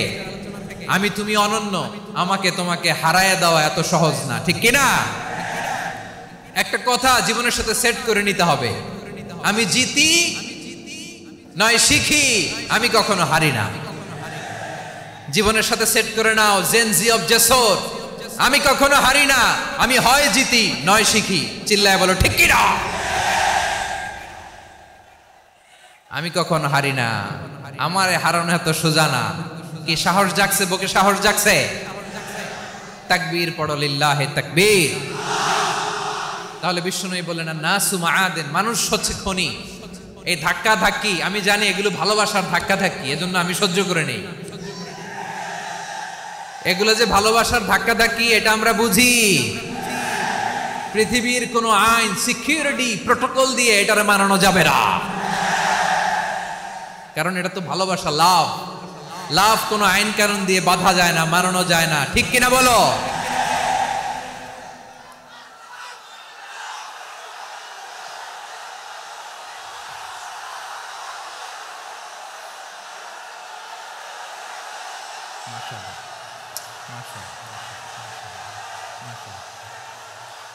ঠিক আছে, বসুন বসুন বসুন। আল নাসু মাআদিন, মানুষ হচ্ছে খনি। এই খনির যত্ন নিতে হবে। আমার মা বাবা যারা এসেছেন, আপনার ছেলে মেয়ের যত্ন নেন। আপনার ছেলের মধ্যে যে কি পটেনশিয়াল আপনি জানেন না। আপনার এই ছোট্ট অবুজ ছেলেটাই আগামী দিনের শায়েখ আহমদুল্লাহ হবে। আপনার হেফজখানায় পড়া ওই ছোট্ট ছেলেটাই আগামী দিনের আল্লামা মামুনুল হক হবে। আপনার ওই ছেলেটা আমির হামজা হবে, আব্দুল হাই সাইফুল্লাহ হবে। এভাবে বড় বড় আলেম হবে, তারা যুগশ্রেষ্ঠ আলেম হবে। সেই একদিন এই বাংলাদেশের পার্লামেন্টে যে বক্তব্য দিয়ে যশোরের পক্ষে কথা বলবে। আপনি জানেন না, কাউকে ছোট করবেন না, আপনি ওর কনফিডেন্স আপনি কমাবেন না, আপনি কমাতে পারেন না। প্যান্ডেলে আমার যে মা বোনেরা আছেন, ছেলে মেয়েদেরকে কখনো ছোট করে কথা বলবেন না। ও যে কোথায় যাবে আপনি জানেন না, আপনি মা হয়ে তাকে সাহস দিবেন, তার কল্পনার জগৎটাকে সাজাতে তাকে উৎসাহিত করবেন, ঠিক কিনা বলেন? আর আমার প্যান্ডেলের আমার প্রিয় শ্রদ্ধাশীলা মায়েরা বোনেরা, আপনারা তো আরো দামি সম্পদ। বিশ্বনবী বলেন, আর দুনিয়া কুল্লুহা মাতা। আল্লাহ আল্লাহ আল্লাহ। বিশ্বনবীর কথার ওজন দেখেন, আর দুনিয়া কুল্লুহা মাতা। ওয়া খায়রু মাতা'আদ দুনিয়াল মারআতুস সালিহা। বিশ্বনবী বলেন, দুনিয়ায় যা দেখো সব আল্লাহর দেওয়া অ্যাসেট, মানে সম্পদ। আর এত অ্যাসেটের ভিড়ে সবচেয়ে শ্রেষ্ঠ সম্পদ হচ্ছে নেককার নারী। সুবহানাল্লাহ। ভাইয়েরা বোনের সাথে খারাপ আচরণ করো না, সন্তান মায়ের সাথে খারাপ আচরণ করো না। আমাদের মায়েরা আমাদের asset, they are our priceless asset. কারণ এই মায়েদের পেটে এসেছে আল্লাহর ওলিরা, এই মায়েদের পেটে এসেছে খান জাহান আলী, এই মায়ের পেটে এসেছে শাহজালাল ইয়ামানি, এই মায়ের পেটে এসেছে আল্লাহর সব নবীরা। নাকি নবীরা আকাশ থেকে ধপ করে জমিনে নেমে আসছে? মায়ের পেটে আসছে। এই মায়ের পেটগুলো খনি। আমার সম্মানিতা মায়েরা বোনেরা, নিজেকে ইসলাম দিয়ে সাজান, নিজেকে ইসলাম দিয়ে সাজান, নিজেকে পবিত্র রাখুন, নিজের আব্রু ইমান ইজ্জতের হেফাজত করুন, কোরআন পড়ুন, সুন্নাহ পড়ুন। আপনি জানেন না আপনার গর্ভে কে আসছে, কোন ক্ষণজন্মা পুরুষকে আল্লাহ তাআলা আপনার গর্ভে পাঠাবে আপনি জানেন না। মায়েরা নিজেদেরকে পবিত্র রাখুন, ইসলাম চর্চা করুন, কোরআন চর্চা করুন, নৈতিকতা দিয়ে নিজেকে সাজান। যশোরের জেনজি, নিজেদেরকে প্রস্তুত রাখো আগামীর বাংলাদেশের জন্য। নৈতিকতা, মোরালিটি, ভ্যালিউজ দিয়ে নিজেকে সাজাও, ইসলাম দিয়ে নিজেকে সাজাও। কারণ আগামীর বাংলাদেশ ইসলামের বাংলাদেশ। বাংলাদেশের আসল পরিচয় ইসলাম। বাংলাদেশের আসল পরিচয় কি? সবাই বলে না। বাংলাদেশের আসল পরিচয় কি? এই ইসলাম নিয়ে আমরা সংসদ ভবন সাজাবো, রাজি আছি না নাই? শেকড় ভুলে যাওয়া যাবে না। আমরা ধাপে ধাপে শারিয়া আইনের দিকে যাব ইনশাআল্লাহ, কিন্তু জঙ্গিবাদ দিয়ে নয়, কট্টর পন্থা দিয়ে নয়। আমরা ইন্টেলেকচুয়ালি, গ্রাজুয়ালি, ধাপে ধাপে শারিয়া আইনের দিকে মুভ করব ইনশাআল্লাহ। বলো লিল্লাহি তাকবীর। এদেশের আসল পরিচয় সবাই বলে না, আওয়াজ করে, এদেশের আসল পরিচয়। এদেশে আজান শুনে সূর্য ওঠে শহর গ্রামে, এদেশে আজান শুনে সূর্য ডুবে সন্ধ্যা নামে, এদেশে সকল কাজে সবাই বলে বিসমিল্লাহ, এদেশে ভালো কিছু দেখে শুনে হাসি মুখে সবাই বলে মাশা আল্লাহ, সুবহানাল্লাহ সুবহানাল্লাহ সুবহানাল্লাহ সুবহানাল্লাহ সুবহানাল্লাহ সুবহানাল্লাহ সুবহানাল্লাহ সুবহানাল্লাহ। ও নবীন তরুণ, তোমার কিসের এত ভয়? জেনে রেখো বাংলাদেশের আসল পরিচয়। বাংলাদেশের আসল পরিচয় ইসলাম। আওয়াজ তুলে বলো, আসল পরিচয় কি? এদেশে পরস্পরে দেখা হলে দেয় সালাম, এদেশে আমজনতার হৃদয় জুড়ে পাক্কা আলাম। ঠিক কি না? এদেশে বিপদ এলে সর্বজনে সর্বক্ষণে দোয়া পড়ে ইন্না লিল্লাহ সুবহানাল্লাহ সুবহানাল্লাহ সুবহানাল্লাহ সুবহানাল্লাহ। এদেশে আজান শুনে সূর্য ওঠে শহর গ্রামে, এদেশে আজান শুনে সূর্য ডুবে সন্ধ্যা নামে, এদেশে সকল কাজে সবাই বলে বিসমিল্লাহ, এদেশে ভালো কিছু দেখে শুনে হাসি মুখে সবাই বলে মাশা আল্লাহ সুবহানাল্লাহ। আওয়াজ করে সুবহানাল্লাহ সুবহানাল্লাহ সুবহানাল্লাহ সুবহানাল্লাহ। সবাই একসাথে সুবহানাল্লাহ সুবহানাল্লাহ সুবহানাল্লাহ সুবহানাল্লাহ। এদেশের আসল পরিচয় কি? আওয়াজ করে বলতে ভয় লাগে। এদেশের আসল পরিচয় কি? ইসলাম দিয়ে আমাদের সংসদ ভবন চলুক, আমরা চাই কি চাই না? বঙ্গভবনে লা ইলাহা ইল্লাল্লাহর পতাকা উড়ুক, আমরা চাই কি চাই না?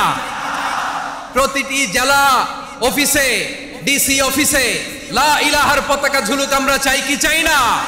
কারা কারা চাই হাত তুলে আল্লাহরে দেখায়।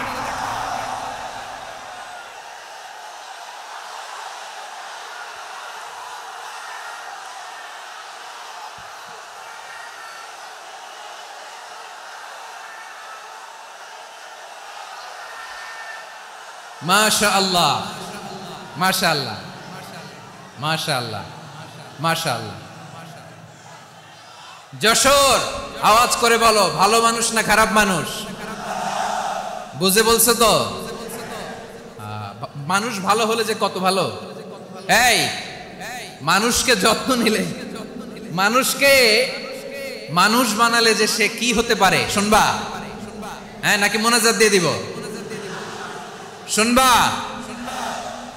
তাহলে থামতে হবে। থামো, আমি যখন বলবো থামো থামো, তাকবীরের সময় দিলে তাকবীর। থামো থামো।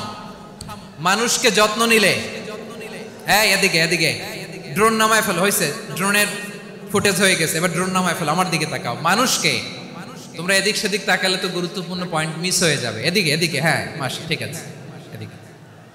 মানুষকে যত্ন নিলে মানুষের মধ্যে যে আল্লাহ কি পটেনশিয়াল রেখেছে। আমি জাপানের দুইটা উদাহরণ দেই। জাপানের, এই এই এভাবে এভাবে হবে, হয় বসো নয় পেছনে, কথা নাই, কথা তো বলাই যাবে না, হারাম কথা বলা। আজকে একেবারে চুপ, আজকের জন্য হারাম করে দিছে আমি, এই কিছু সময়ের জন্য একেবারে নিষিদ্ধ। জাপানের দুইটা উদাহরণ দেই, খেয়াল করে একটু শুনেন, বুঝবেন। আল্লাহ, 2022 সালে জাপানের সাথে জার্মানির খেলা, ফিফা ওয়ার্ল্ড কাপ 2022।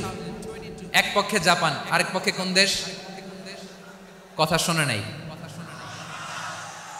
এক পক্ষে কোন দেশ, আরেক পক্ষে সবাই। এক পক্ষে, আরেক পক্ষে। ওই খেলায় জিতেছিল জাপান, জিতেছিল 22 সালের এই ফিফা ওয়ার্ল্ড কাপে। জাপান ফুটবল খেলায় জিতে, as a part of their celebration তারা খেলার পরে পুরো স্টেডিয়ামটারে ক্লিন করে। The fan base of Japan, লক্ষ লক্ষ মানুষ খেলা দেখতে যায়, তো এত ডাস্টবিনও তো নাই, তো যারা ডাস্টবিনে জায়গা পায় নাই তারা এই যে চকলেটের প্যাকেট, পানির বোতল, চিপসের প্যাকেট তারা এদিকে সেদিকে রেখে দিয়েছে। জাপানের ভক্তরা, জাপানের ফলোয়াররা, as a part of their celebration তারা খেলার পরে পুরো স্টেডিয়ামের সব ময়লা আবর্জনা ক্লিন করে তারপরে বিদায় নিয়েছে। তাদেরকে কি ক্লিন করার দায়িত্ব দেওয়া হয়েছিল? এই যশোর, জাপানের যে ছেলেরা খেলা দেখতে গেছিল ওদেরকে কি ক্লিন করার দায়িত্ব দিছিল? তারা কি স্টেডিয়ামের পরিচ্ছন্নতা কর্মী? তাদের আকল, তাদের সিক্স সেন্স তাদেরকে বলেছে। ছোটবেলা থেকে জাপান গভর্নমেন্ট ওদেরকে এত পরিচ্ছন্নতা শেখায়, ক্লিনলিনেস অ্যাওয়ারনেস ক্যাম্পেইন করায়। ক্লাসে আমি দেখেছি, ক্লাসে নিজের বেঞ্চ নিজে মুছে, ক্লাসের মাঝখানে একটা সময় দেয়, নিজের টেবিল নিজে মুছে, নিজের ক্লাসরুমটা নিজে পরিষ্কার করে। রাস্তাঘাটে একটা ধুলা নাই, ময়লা নাই, একটা টিস্যু নাই। খেলার পরে গোটা বিশ্বকে তাক লাগিয়ে দিয়েছে। জাপানের ফ্যানরা সবার রেখে যাওয়া গার্বেজ, টিস্যু, বোতল পরিষ্কার করে তারপরে স্টেডিয়াম থেকে বিদায় নিয়েছে। আমরা কেন এমন হইতে পারলাম না? আমরা কেন এমন হইতে পারলাম না? জাপানের যারা এগুলো করছে ওদের 3টা করে চোখ না? চোখ তো 3টা জাপানো লাগো, জাপানো লাগো। হাত তো 4টা, কান তো 6টা। হ্যাঁ, নাকি আমার মতো 2 হাত 2 কানালা মানুষ? চোখে দেখলে ওটা মানুষ না। চিন্তা করছেন? তার মানে জাপানিজদেরকে যে গ্রুমিং করে শিখানোর মাধ্যমে পরিচ্ছন্ন বানানো গেছে। ওরা যেমনি মানুষ, আমরাও মানুষ। আমাদের সন্তানদেরকে শেখালে তারাও পারবে। পারবে কিনা? 2 নম্বর উদাহরণ বলি। চট্টগ্রাম ফেনীতে যারা গিয়েছেন, মেঘনা গুমতি ব্রিজ প্রকল্প নাম শুনছেন? মেঘনা একটা ব্রিজ পার হওয়া লাগে। এই মেঘনা গুমতি, এখানে 3টা ব্রিজ কাঁচপুর সহ, এই 3টা ব্রিজের নির্মাণ কাজ, রেনোভেশনের কাজ দেয়া হয়েছিল জাপানের একটা কোম্পানিকে। কাকে? জাপানের কোম্পানি। নির্মাণ শেষে 738 কোটি টাকা বেঁচে গেছিল, এটা গভর্নমেন্টের হাতে দিয়ে তারা বিদায় নিয়েছে। কত টাকা? 738 কোটি টাকা। যত প্রাক্কলিত ব্যয় নির্ধারণ করা হয়েছে সব টাকা সরকার, তৎকালীন সরকার 2019-এর সরকার, কারা ছিল তো জানেন? এই 2019-এর সরকার তাদেরকে দিয়েছে। তারা রিনোভেশন নির্মাণ শেষে 738 কোটি টাকা অতিরিক্ত বেঁচে গেছিল, এটা আবার গভর্নমেন্টের হাতে বুঝাই দিয়ে তারা বিদায় নিচ্ছে। আমরা কেন এমন হইতে পারলাম না? জাপানের ওরাও মানুষ, আমরাও মানুষ। তার মানে মানুষে মানুষে পার্থক্য আছে না নাই? আচ্ছা, জাপানের 2টা উদাহরণ দিলাম, এবার আমার দেশের 2টা উদাহরণ দিব না? বাংলাদেশের দুইটা উদাহরণ দেয়। 1 নম্বর উদাহরণ, গত সপ্তাহে আপনারা জানেন কক্সবাজার আমার একটা প্রোগ্রাম ছিল, তো হেলিকপ্টারে গিয়েছিলাম। ফেনী জেলা যখন পার হচ্ছি আমি দেখলাম 3টা উইন্ডমিল চিনেন তো, বিশাল পিলার, 3টা-4টা পাখা থাকে, বায়ু বিদ্যুৎ কেন্দ্র, বাংলাদেশের প্রথম বায়ু বিদ্যুৎ কেন্দ্র এটা, মুহুরী প্রজেক্ট বলে এটা সম্ভবত, মুহুরী প্রজেক্ট। তো সাগরের বাতাসের ঝাপটায় এটা ঘুরে এনার্জি হয়, ইলেকট্রিসিটি উৎপাদন হয়। তো আমি পাইলটকে বললাম, ভাই এগুলো থেকে কেমন ইলেকট্রিসিটি উৎপাদন হয়? কয় হুজুর একটু হয় না, কিছুই হয় না। কিছুই হয় না মানে? বলে হুজুর বাংলাদেশে যত উইন্ডমিল আছে এটার পাখা একটাও ঘুরে না। আল্লাহ, বলেন কি? তাহলে যে কোটি কোটি টাকা ব্যয় করে যে উইন্ডমিল, কয় হুজুর ভিতরে ফিটফাট, উপরে ফিটফাট, ভিতরে সদরঘাট। তার মানে কোটি কোটি টাকা দিয়ে এই উইন্ডমিল বানায়, এখানে কিছু নাই। দুর্নীতির আড্ডাখানা, আখড়াখানা বাংলাদেশ, ঠিক কিনা বলেন? হায় রে, জাপানিজরাও মানুষ, আমরাও মানুষ। আমার এক নিকটাত্মীয় সরকারি চাকরিজীবী, উনি আমাকে বললেন, বাংলাদেশের আরেকটা উদাহরণ দেখ, উনি আমাকে বললেন যে প্রতি বছর আমাদের অফিসের ফার্নিচার চেঞ্জ করে। আমি বললাম প্রতি বছর ফার্নিচার চেঞ্জ করে কেন? বলে যে ফার্নিচার নতুন পারচেজ করলেই তো এখানে টাকা, নতুন কিনতে পারলেই টাকা, নতুন উন্নয়নের সবক শোনাতে পারলেই টাকা। প্রথম আলোর রিপোর্ট, কি আলো? প্রথম আলোর রিপোর্ট, গত 15 বছরে উন্নয়নের নামে লুটপাট হয়েছে প্রায় 3.25 লাখ কোটি টাকা। কার রিপোর্ট? আমাদের বানানো কথা, প্রথম আলোর রিপোর্ট। গত 15 বছরে কারা ছিল জানেন তো? হ্যাঁ, শুধু ওনাদেরকেই দোষ দিয়ে লাভ নাই। স্বাধীনতার পর থেকে শুধু শাসকের হাত বদল হয়েছে, আমরা কিছু পাই নাই, ঠিক কিনা বলেন? শুধু ওনাদের দোষ দিয়ে কি লাভ?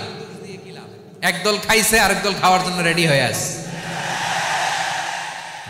আমরা এরকম চাই না। আমরা চাই স্বাধীন সার্বভৌম বাংলাদেশ, আমরা চাই দুর্নীতিমুক্ত বাংলাদেশ। আমি নিউজটা যে কতবার পড়লাম, এটা কি সম্ভব? 3.25 লাখ কোটি টাকা লুটপাট, মানে লুটপাট করতে করতে এদেশের জনগণকে ফুটপাতে বসায় দিচ্ছে। প্রিয় ভাইয়েরা, তাহলে জাপানের মানুষও মানুষ, আমরাও মানুষ। সিদ্ধান্ত আপনার, কোন মানুষ হবেন, ভালো মানুষ না খারাপ মানুষ? আজকের আলোচনার বিষয় হচ্ছে মানব সম্পদের উন্নয়ন, human resource development. It's a process to increase the capacity of knowledge, skill, capacity of the people of a country. একটা দেশের মানুষের জ্ঞান, তাদের দক্ষতা কি করে বাড়ানো যায়, বাড়িয়ে দেশের উন্নয়ন করানো যায়, এটাই হচ্ছে মানব সম্পদ উন্নয়নের মূল কথা। তাহলে মানব সম্পদ হচ্ছে একটা দেশের সবচাইতে শক্তিশালী পুঁজি। প্রাকৃতিক সম্পদ, খনিজ সম্পদের চেয়েও দামি হচ্ছে মানব সম্পদ। আমার প্রিয় যশোর, প্রাকৃতিক সম্পদ, খনিজ সম্পদের চেয়ে দামি সম্পদ কি সম্পদ? আল্লাহ তাআলা দয়া করে আমাদেরকে এই মানব সম্পদ দিয়েছেন। আসুন আমাদের এই মানুষগুলোকে আমরা সোনার মানুষ বানাই। রাজি আছেন তো সবাই? রাজি আছেন? মানুষ পারে না এমন কোনো কিছু নাই, চাইলে সব পারে। এজন্য মানুষকে তারবিয়া দিতে হবে, যথাযথভাবে তাদেরকে গড়তে হবে। আসুন আমরা সিরাতের আয়নায় বিশ্বনবীর জীবনী থেকে দেখি তিনি কিভাবে হিউম্যান রিসোর্সকে ম্যানেজ করতেন। যদি আপনাদের সময় হয়, দু একটা উদাহরণ দিয়ে আজকে আমি আমার আলোচনার বিদায় নিব। হবে সময় হবে কয়েক মিনিট। হ্যাঁ, শান্ত থাকবেন তো? শান্ত থাকবা? হ্যাঁ, ঠিক আছে। এই ধাক্কার মধ্যে ঢুকছে, এবার মজা বুঝতেছো তো? হ্যাঁ, মানা করছিলাম না? ঠিক আছে, টের পাও। হ্যাঁ, ঠিক আছে। যে আওয়াজ করবে আমি ওকে দেখতেছি, কে কে আওয়াজ করে দেখতেছি। শেষ কথা, শেষের দিকে চলে আসছি। বিশ্বনবী সাল্লাল্লাহু আলাইহি ওয়াসাল্লাম কিভাবে হিউম্যান রিসোর্সকে ম্যানেজ করতেন, মজার কথা আছে কয়েকটা, বলে বিদায় নিব। বিশ্বনবী কিভাবে এই মানব সম্পদকে ম্যানেজ করতেন। বিশ্বনবী he was a very good talent hunter, চৌকস ট্যালেন্ট হান্টার ছিল। কার মধ্যে কি ট্যালেন্ট আছে দেখলেই বুঝে ফেলতেন। সুবহানাল্লাহ পড়বেন না? কি নবী আমরা পেয়েছি! He was a very good talent hunter. আমার নবী তিনি চৌকস ট্যালেন্ট হান্টার ছিলেন। কার মধ্যে কি প্রতিভা বের করতেন, ওই প্রতিভাকে ইসলামের কল্যাণে কাজে লাগাতেন। সুবহানাল্লাহ বলেন। যাকে যেই জায়গায় সেট করলে ভালো হবে তাকে ওই জায়গায় সেট করতেন। কয়েকজন সাহাবীর জীবনী শোনাই।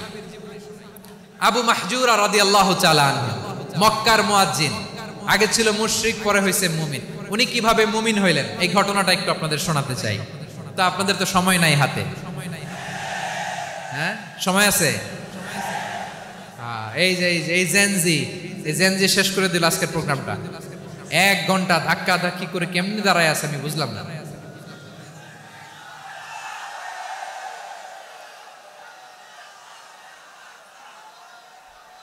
না তাকবির না, চুপ করতে হবে। What I need, you stop. Just shut up. চুপ। হ্যাঁ ঠিক আছে, এভাবে।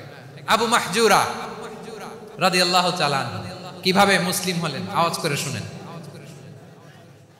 হুনাইনের যুদ্ধ 8ম হিজরি, বিষ্ণু ইসলাম হুনাইনের যুদ্ধ শেষে ফিরতেছেন। পথিমধ্যে বেলাল রাদিয়াল্লাহু তাআলা আনহু, এই যে আবার কথা, আই রে আল্লাহ রে, এখানে ধাক্কা ধাক্কি কেন? চলে যাও, পেছনে যাও, পেছনে যাও। কি আজীব তামাশা!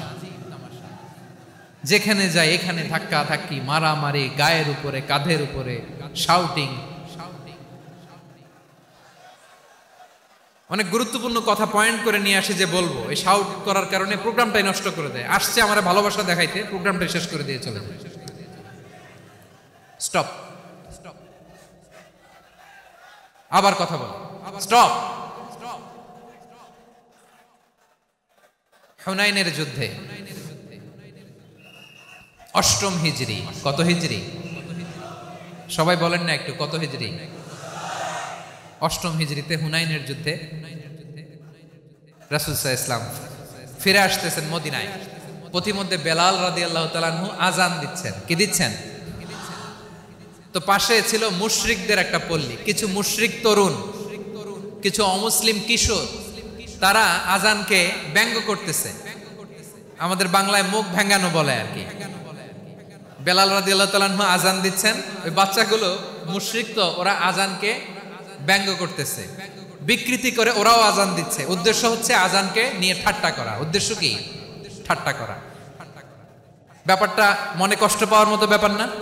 কিন্তু বিশ্বনবী ওইখানে দেখেন কি খুঁজলেন। বিশ্বনবী খেয়াল করলেন অমুসলিম কিশোরদের মধ্য থেকে একটা কিশোরের গলাটা বড় দরাজ গলা, কণ্ঠটা বড় সুন্দর। খেয়াল করে দেখলেন যে কিছু কিশোর বেলালের আজানকে ব্যঙ্গ করে, বিকৃতি করে, কিন্তু একজনের কণ্ঠ দেখতে পাচ্ছেন না এত দূরে, কিন্তু কণ্ঠটা বড় সুন্দর, দরাজ গলা। বিশ্বনবী সাহাবীদেরকে বললেন, ধরো এগুলারে, ধরো। সবগুলারে ধরে বিশ্বনবী সামনে আনা হলো। ওরা হাঁটু গেড়ে বসলো। বিশ্বনবী বললেন, তোমাদের মধ্যে কে যেন ব্যঙ্গ করে আজান দিচ্ছিল, তার গলাটা বড় উঁচু, গলার বেসটা বড় মজবুত, মেলোডিয়াস, সুমধুর কণ্ঠ। কে? আবু মাহজুরা বলে, আমার বন্ধুরা সবাই আমার দিকে আঙ্গুল দেখায়, আমি পড়ে গেছি বিপদে। রাসূল সাল্লাল্লাহু আলাইহি ওয়াসাল্লাম বাকি অমুসলিম তরুণদেরকে ছেড়ে দিলেন, বললেন তোমরা যাও। এবার আবু মাহজুরারে পাইছে। আবু মাহজুরার চুলের মধ্যে হাত দিলেন বিশ্বনবী, মাথায় হাত দিয়ে বললেন, এবার আজান দাও দেখি। আবু মাহজুরা বলে, আমি তো আজান দিতে জানি না, কারণ আমি তো বেলালেরটা শুইনা দিছি, আমার তো মুখস্থ নাই, আমি তো আজান দিতে জানি না। বিশ্বনবী বললেন, জানো না? তাহলে আসো, আমি তোমারে শিখাই দেই। সুবহানাল্লাহ পড়েন। আবু মাহজুরা হাঁটু গেড়ে বসে, বিশ্বনবীর মুবারক হাত আবু মাহজুরার চুলের মধ্যে। বিশ্বনবী আজানের মুআল্লিম আবু মাহজুরাকে বলতেছে, ঠিক আছে তোমারে শিখাই দিচ্ছি, আমি যা যা বলবো আমার সাথে সাথে বলো, পারবা? আবু মাহজুরা বলে, পারবো। বিশ্বনবী আজান দিচ্ছেন, মাথায় হাত দিয়ে আল্লাহু আকবার, আল্লাহু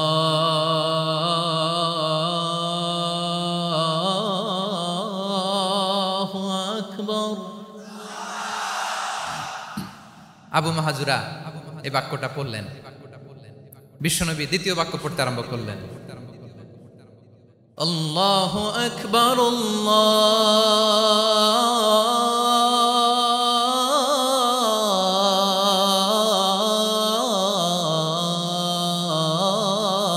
আল্লাহু আকবার। আবু মাহজুরা এই বাক্যটা বললেন। বিশ্বনবী আবু মাহজুরার মাথার মধ্যে হাত দিয়ে তৃতীয় বাক্য বললেন, আশহাদু আল্লা ইলাহা ইল্লাল্লাহ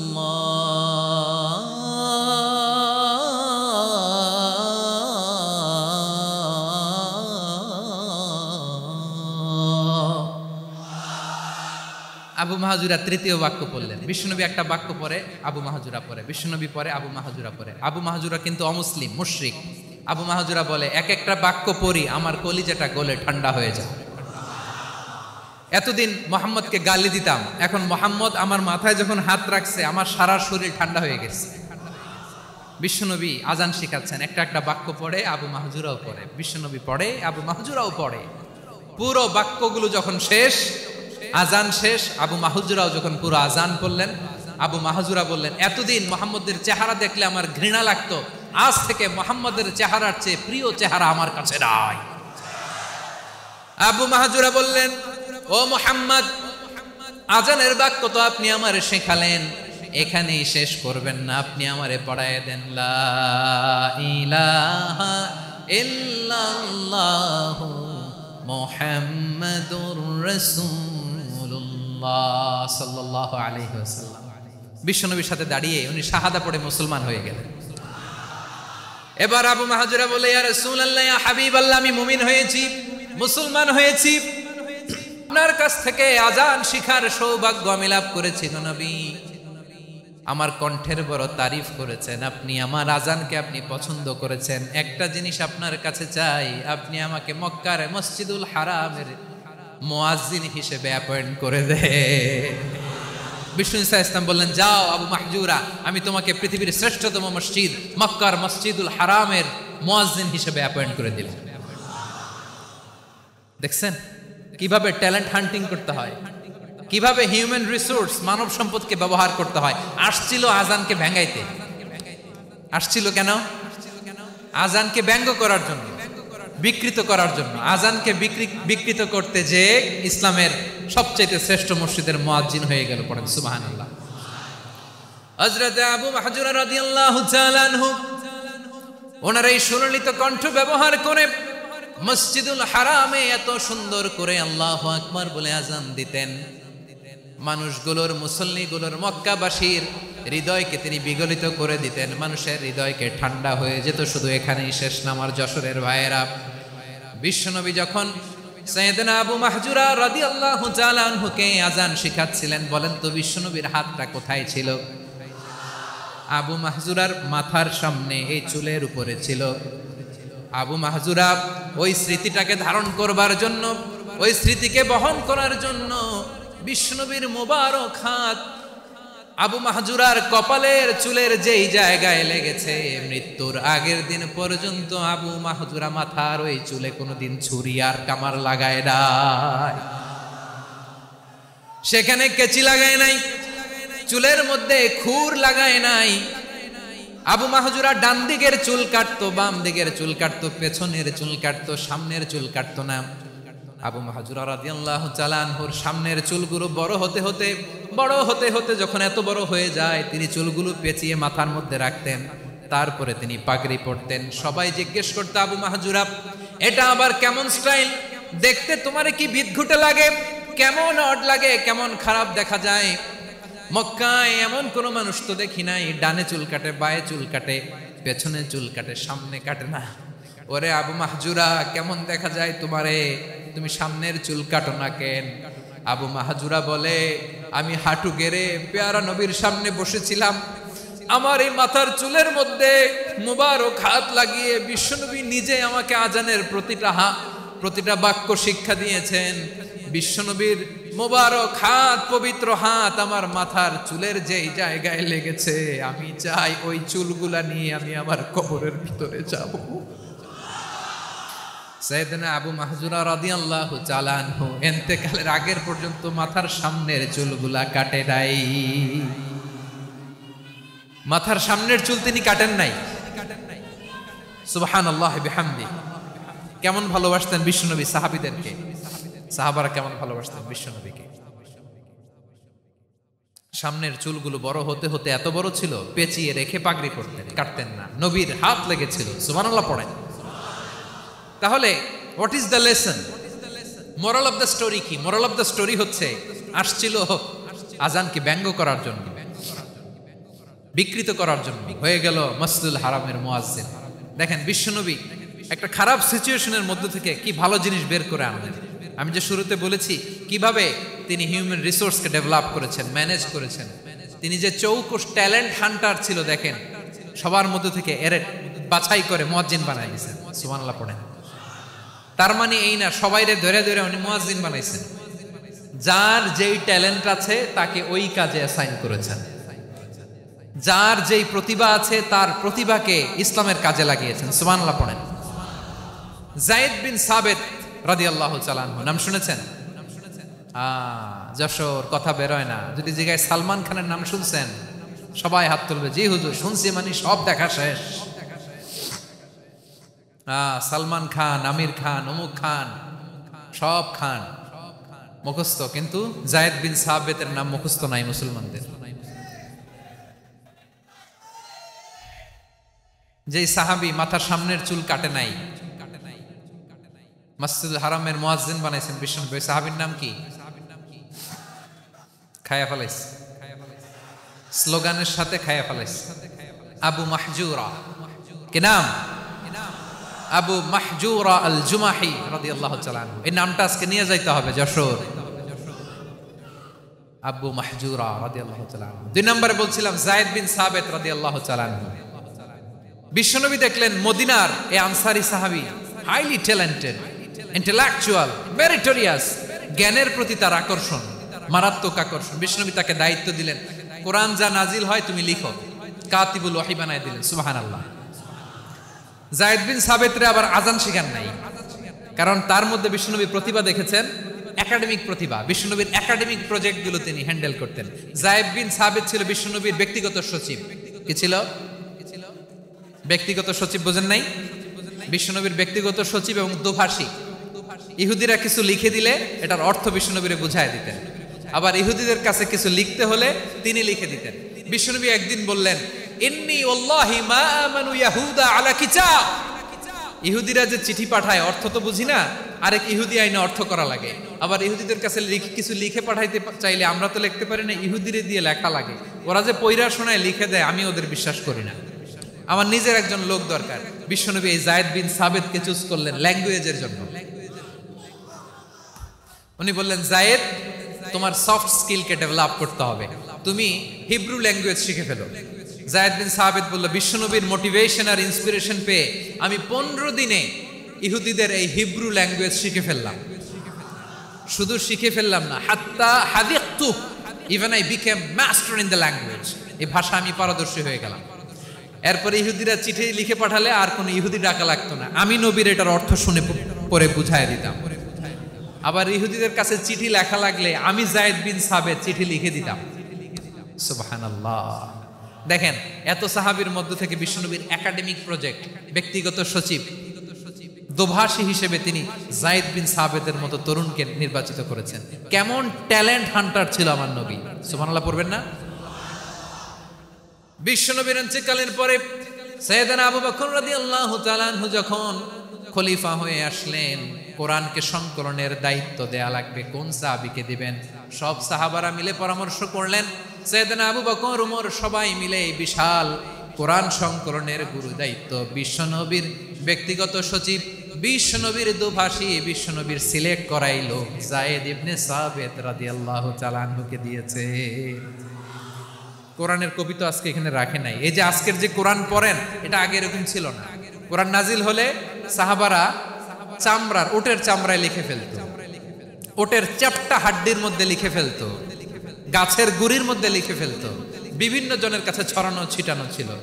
আবু বকর রাদিয়াল্লাহু তাআলা আনহু একসাথে করলেন, পরবর্তীতে উসমান রাদিয়াল্লাহু তাআলা আনহু একসাথে করলেন। 114 সূরার এখন এই মুসহাফ, এই কম্পাইলেশন, এই কপি আমরা পেয়েছি, যার হিউজ কন্ট্রিবিউশন ছিল। এই পুরো কোরআন কম্পাইলেশনের প্রজেক্ট ম্যানেজার ছিল যায়েদ বিন সাবিত রাদিয়াল্লাহু তাআলা। কোরআন কম্পাইলেশনের প্রজেক্ট ম্যানেজার। দেখেন উনারে মাথায় হাত দিয়ে আজান শিখায় নাই। সুবহানাল্লাহ কইবেন না? তাহলে প্রথম সাহাবী আবু মাহজুরাকে মুয়াজ্জিন বানাইলেন, যায়েদ বিন সাবিতকে ব্যক্তিগত সচিব আর দোভাষী বানালেন, মুসআব ইবনে উমাইর রাদিয়াল্লাহু তাআলা আনহুকে ইসলামের প্রথম অ্যাম্বাসেডর বানালেন। তাহলে তৃতীয় নাম্বার একজন সাহাবীর নাম বলছি, মুসআব ইবনে উমাইর। মুসআব কি নাম? নামটা কেমন লাগে? এই কয়েকজনের ভাল লাগে, বাকিদের ভাল লাগে না? ভাল লাগে? এই এই আর কয়েকটা মিনিট দেওয়া যাবে না আমাকে আল্লাহর রাস্তে? হ্যাঁ ঠিক আছে, আমি তোমাদেরকে ভালোবাসা দেখাবো, দোয়া করব যদি চুপ থাকো, একেবারে চুপ, কষ্ট সহ্য করো, বাকিরা যা সওয়াব পাবে তোমরা ডবল পাবা, যেহেতু কষ্ট বেশি, কিন্তু চুপ। 3 নম্বর সাহাবীর নাম মুসআব। এই ধাক্কাধাক্কি কেন? ধাক্কাধাক্কি কেন রে ভাই? না না না, এরকম হইলে আসবো না যশোর, আমি আর আসবো না। হয় পিছনে চলে যাও, নাহলে চুপ, ধাক্কাধাক্কি নাই। 3 নম্বর সাহাবীর নাম মুসআব। কি নাম? He was the first ambassador in Islam. ইসলামের প্রথম ডিপ্লোম্যাট, প্রথম কূটনৈতিক, ইসলামের প্রথম কূটনৈতিক, ইসলামের প্রথম ডিপ্লোম্যাট, প্রথম অ্যাম্বাসেডর মুসআব ইবনে উমাইর। মক্কার তরুণ যুবক, উনি পারফিউম লাগাইলে মানুষ দেখলেই বুঝতো এটা মুসআব লাগাইছে। এমন ড্যাশিং ফেসের ছিল, এমন স্মার্ট ড্যাশিং ফেস, এমন পার্সোনালিটির মানুষ ছিল মুসআব রাদিয়াল্লাহু তাআলা আনহু। কারণ যিনি ইসলামের স্পোকম্যান হবেন, মুখপাত্র হবেন, তার স্মার্ট হওয়ার দরকার আছে না নাই? আকাবার প্রথম শপথ যখন হলো, তাদের সাথে বিষ্ণু ঈসা ইসলাম মদিনাতে একজন মুখপাত্র পাঠালেন, ডিপ্লোম্যাটকে পাঠালেন, অ্যাম্বাসেডর অফ ইসলাম, তিনি হচ্ছেন মুসআব ইবনে উমাইর। পড়েন সুবহানাল্লাহ। বিশ্বনবী দেখলেন সে অনেক স্মার্ট, তার ডেডিকেশন আছে, সিনসিয়ারিটি আছে, এবং মদিনায় যে আউস খাজরাজ গোত্রের নেতাদের সাথে ডিল করতে হবে, ইহুদিদের সাথে ডিল করতে হবে, ওখানে একজন পাক্কা জানু খেলোয়াড়ের দরকার আছে না নাই? মুসআব ইবনে উমাইর রাদিয়াল্লাহু তাআলা আনহু, ওনাকে বিষ্ণু ঈসা ইসলাম চুজ করলেন। এবং বিষ্ণু ঈসা ইসলামের এই চুজিংটা, এই সিলেকশনটা এত সুন্দর ছিল, তিনি মদিনাতে যে বিশ্বনবী আসার আগেই মদিনার জমিনকে তিনি উর্বর করে ফেলছেন। প্রতিটা ঘরে ঘরে কালিমার দাওয়াত তিনি পৌঁছায় দিয়েছেন। জুমার বিধান নাজিল হয়েছে, কিন্তু মক্কায় পরিবেশ নাই জুমা পালনের। বিষ্ণু ঈসা ইসলাম একজনকে দিয়ে খবর পাঠালেন, যাও মদিনায় মুসাবকে যেয়ে বলো, মুসাব তো আমার শিক্ষক, আমার স্পোকম্যান, মদিনাতে যেন তারা জুমা কায়েম করে। বিশ্বনবীর আগেই মুসাব মদিনার মুসলিমদেরকে নিয়ে মদিনায় প্রথম জুমা কায়েম করে ফেলছে। কোন সুবহানাল্লাহ। ডিপ্লোম্যাটদের কেমন হইতে হয়, অ্যাম্বাসেডরের কেমন হইতে হয়, মুসআব রাদিয়াল্লাহু তাআলা আনহুর কাছ থেকে শিখে নাও। মুসআব নামটা কেমন লাগে? যশোর যাদের সন্তান হবে, ছেলে সন্তান, আমার রাস্তায় পাইলে সবাই জিজ্ঞেস করে, হুজুর একটা নাম দেন, আমার ছেলে হবে। যশোরবাসীর জন্য আমি একটা নাম দিয়ে দিলাম, নাম রাখতে হবে মুসআব। কি নাম? নামটা যাদের ভাল লাগে, ছেলে সন্তান অনাগত আসবে, মনে চাইলে নাম রেখে দিবেন মুসআব রাদিয়াল্লাহু তাআলা আনহুর নামে মুসআব। তাহলে মুসআব রাদিয়াল্লাহু তাআলা আনহুকে বিশ্বনবী ল্যাঙ্গুয়েজ শিখান নাই, সফট স্কিল শিখান নাই। যায়েদ রাদিয়াল্লাহু, তিনি হিব্রু ল্যাঙ্গুয়েজ শিখেছেন, সুরিয়ানি শিখেছেন, কিন্তু মুসআবকে তিনি বানিয়েছেন the spokesman of Islam, the first diplomat, the ambassador of Islam. সুবহানাল্লাহ পড়বেন না?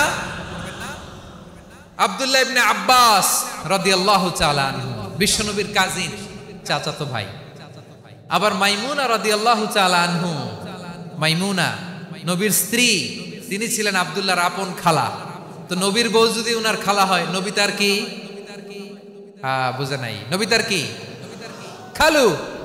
তাহলে সম্পর্ক অনেক গভীর, কাজিন আবার খালু, ছোট্ট মানুষ, তাই রাতে মাঝে মাঝে ঘরে থাকতো। বিশ্বনবী দেখলেন আব্দুল্লাহ যেহেতু আমার ঘরে ঢুকতে পারে, আব্দুল্লাহরে এই উম্মতের বড় শিক্ষাবিদ বানাইতে হবে। কথা বোঝে নাই? আব্দুল্লাহকে কি বানাইতে হবে? শিক্ষাবিদ, এডুকেটর অফ দিস উম্মাহ, এই উম্মার শিক্ষাবিদ বানাইতে হবে। তাই আব্দুল্লাহ ইবনে আব্বাসকে বিশ্বনবী হাতে কলমে শিক্ষা দিয়েছেন। আহারে, আর এরপরে যে কি ভাষা আসবে তোমাদের জন্য আমার মুখ থেকে, আমি নিজেও জানি না, আমি নিজেও জানি না। 1 ঘন্টা যাবত ধাক্কা ধাক্কি মারামারি। তো আসতে বলছে কে তোমাকে? পেছনে চলে যাও, জায়গা না পেলে পুরো প্রোগ্রামটাই নষ্ট করে দিও।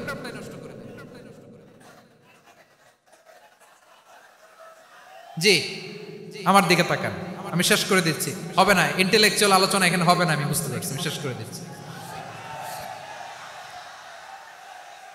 আব্দুল্লাহ ইবনে আব্বাস রাদিয়াল্লাহু তাআলা আনহু, মনোযোগ দিয়ে কয়েকটা মিনিট শুনুন, আমি এখনই শেষ করে দিচ্ছি, এরপর আওয়াজ করবো। এই যে এগুলো কি আমি বুঝলাম না। আমি বললাম না সব করা যাবে, বসে যাও, শুয়ে যাও, চলে যাও, আওয়াজ করা যাবে না। অন্যকে বসো এটাও বলার দরকার নেই, জাস্ট এদিকে তাকাও। আল্লাহ।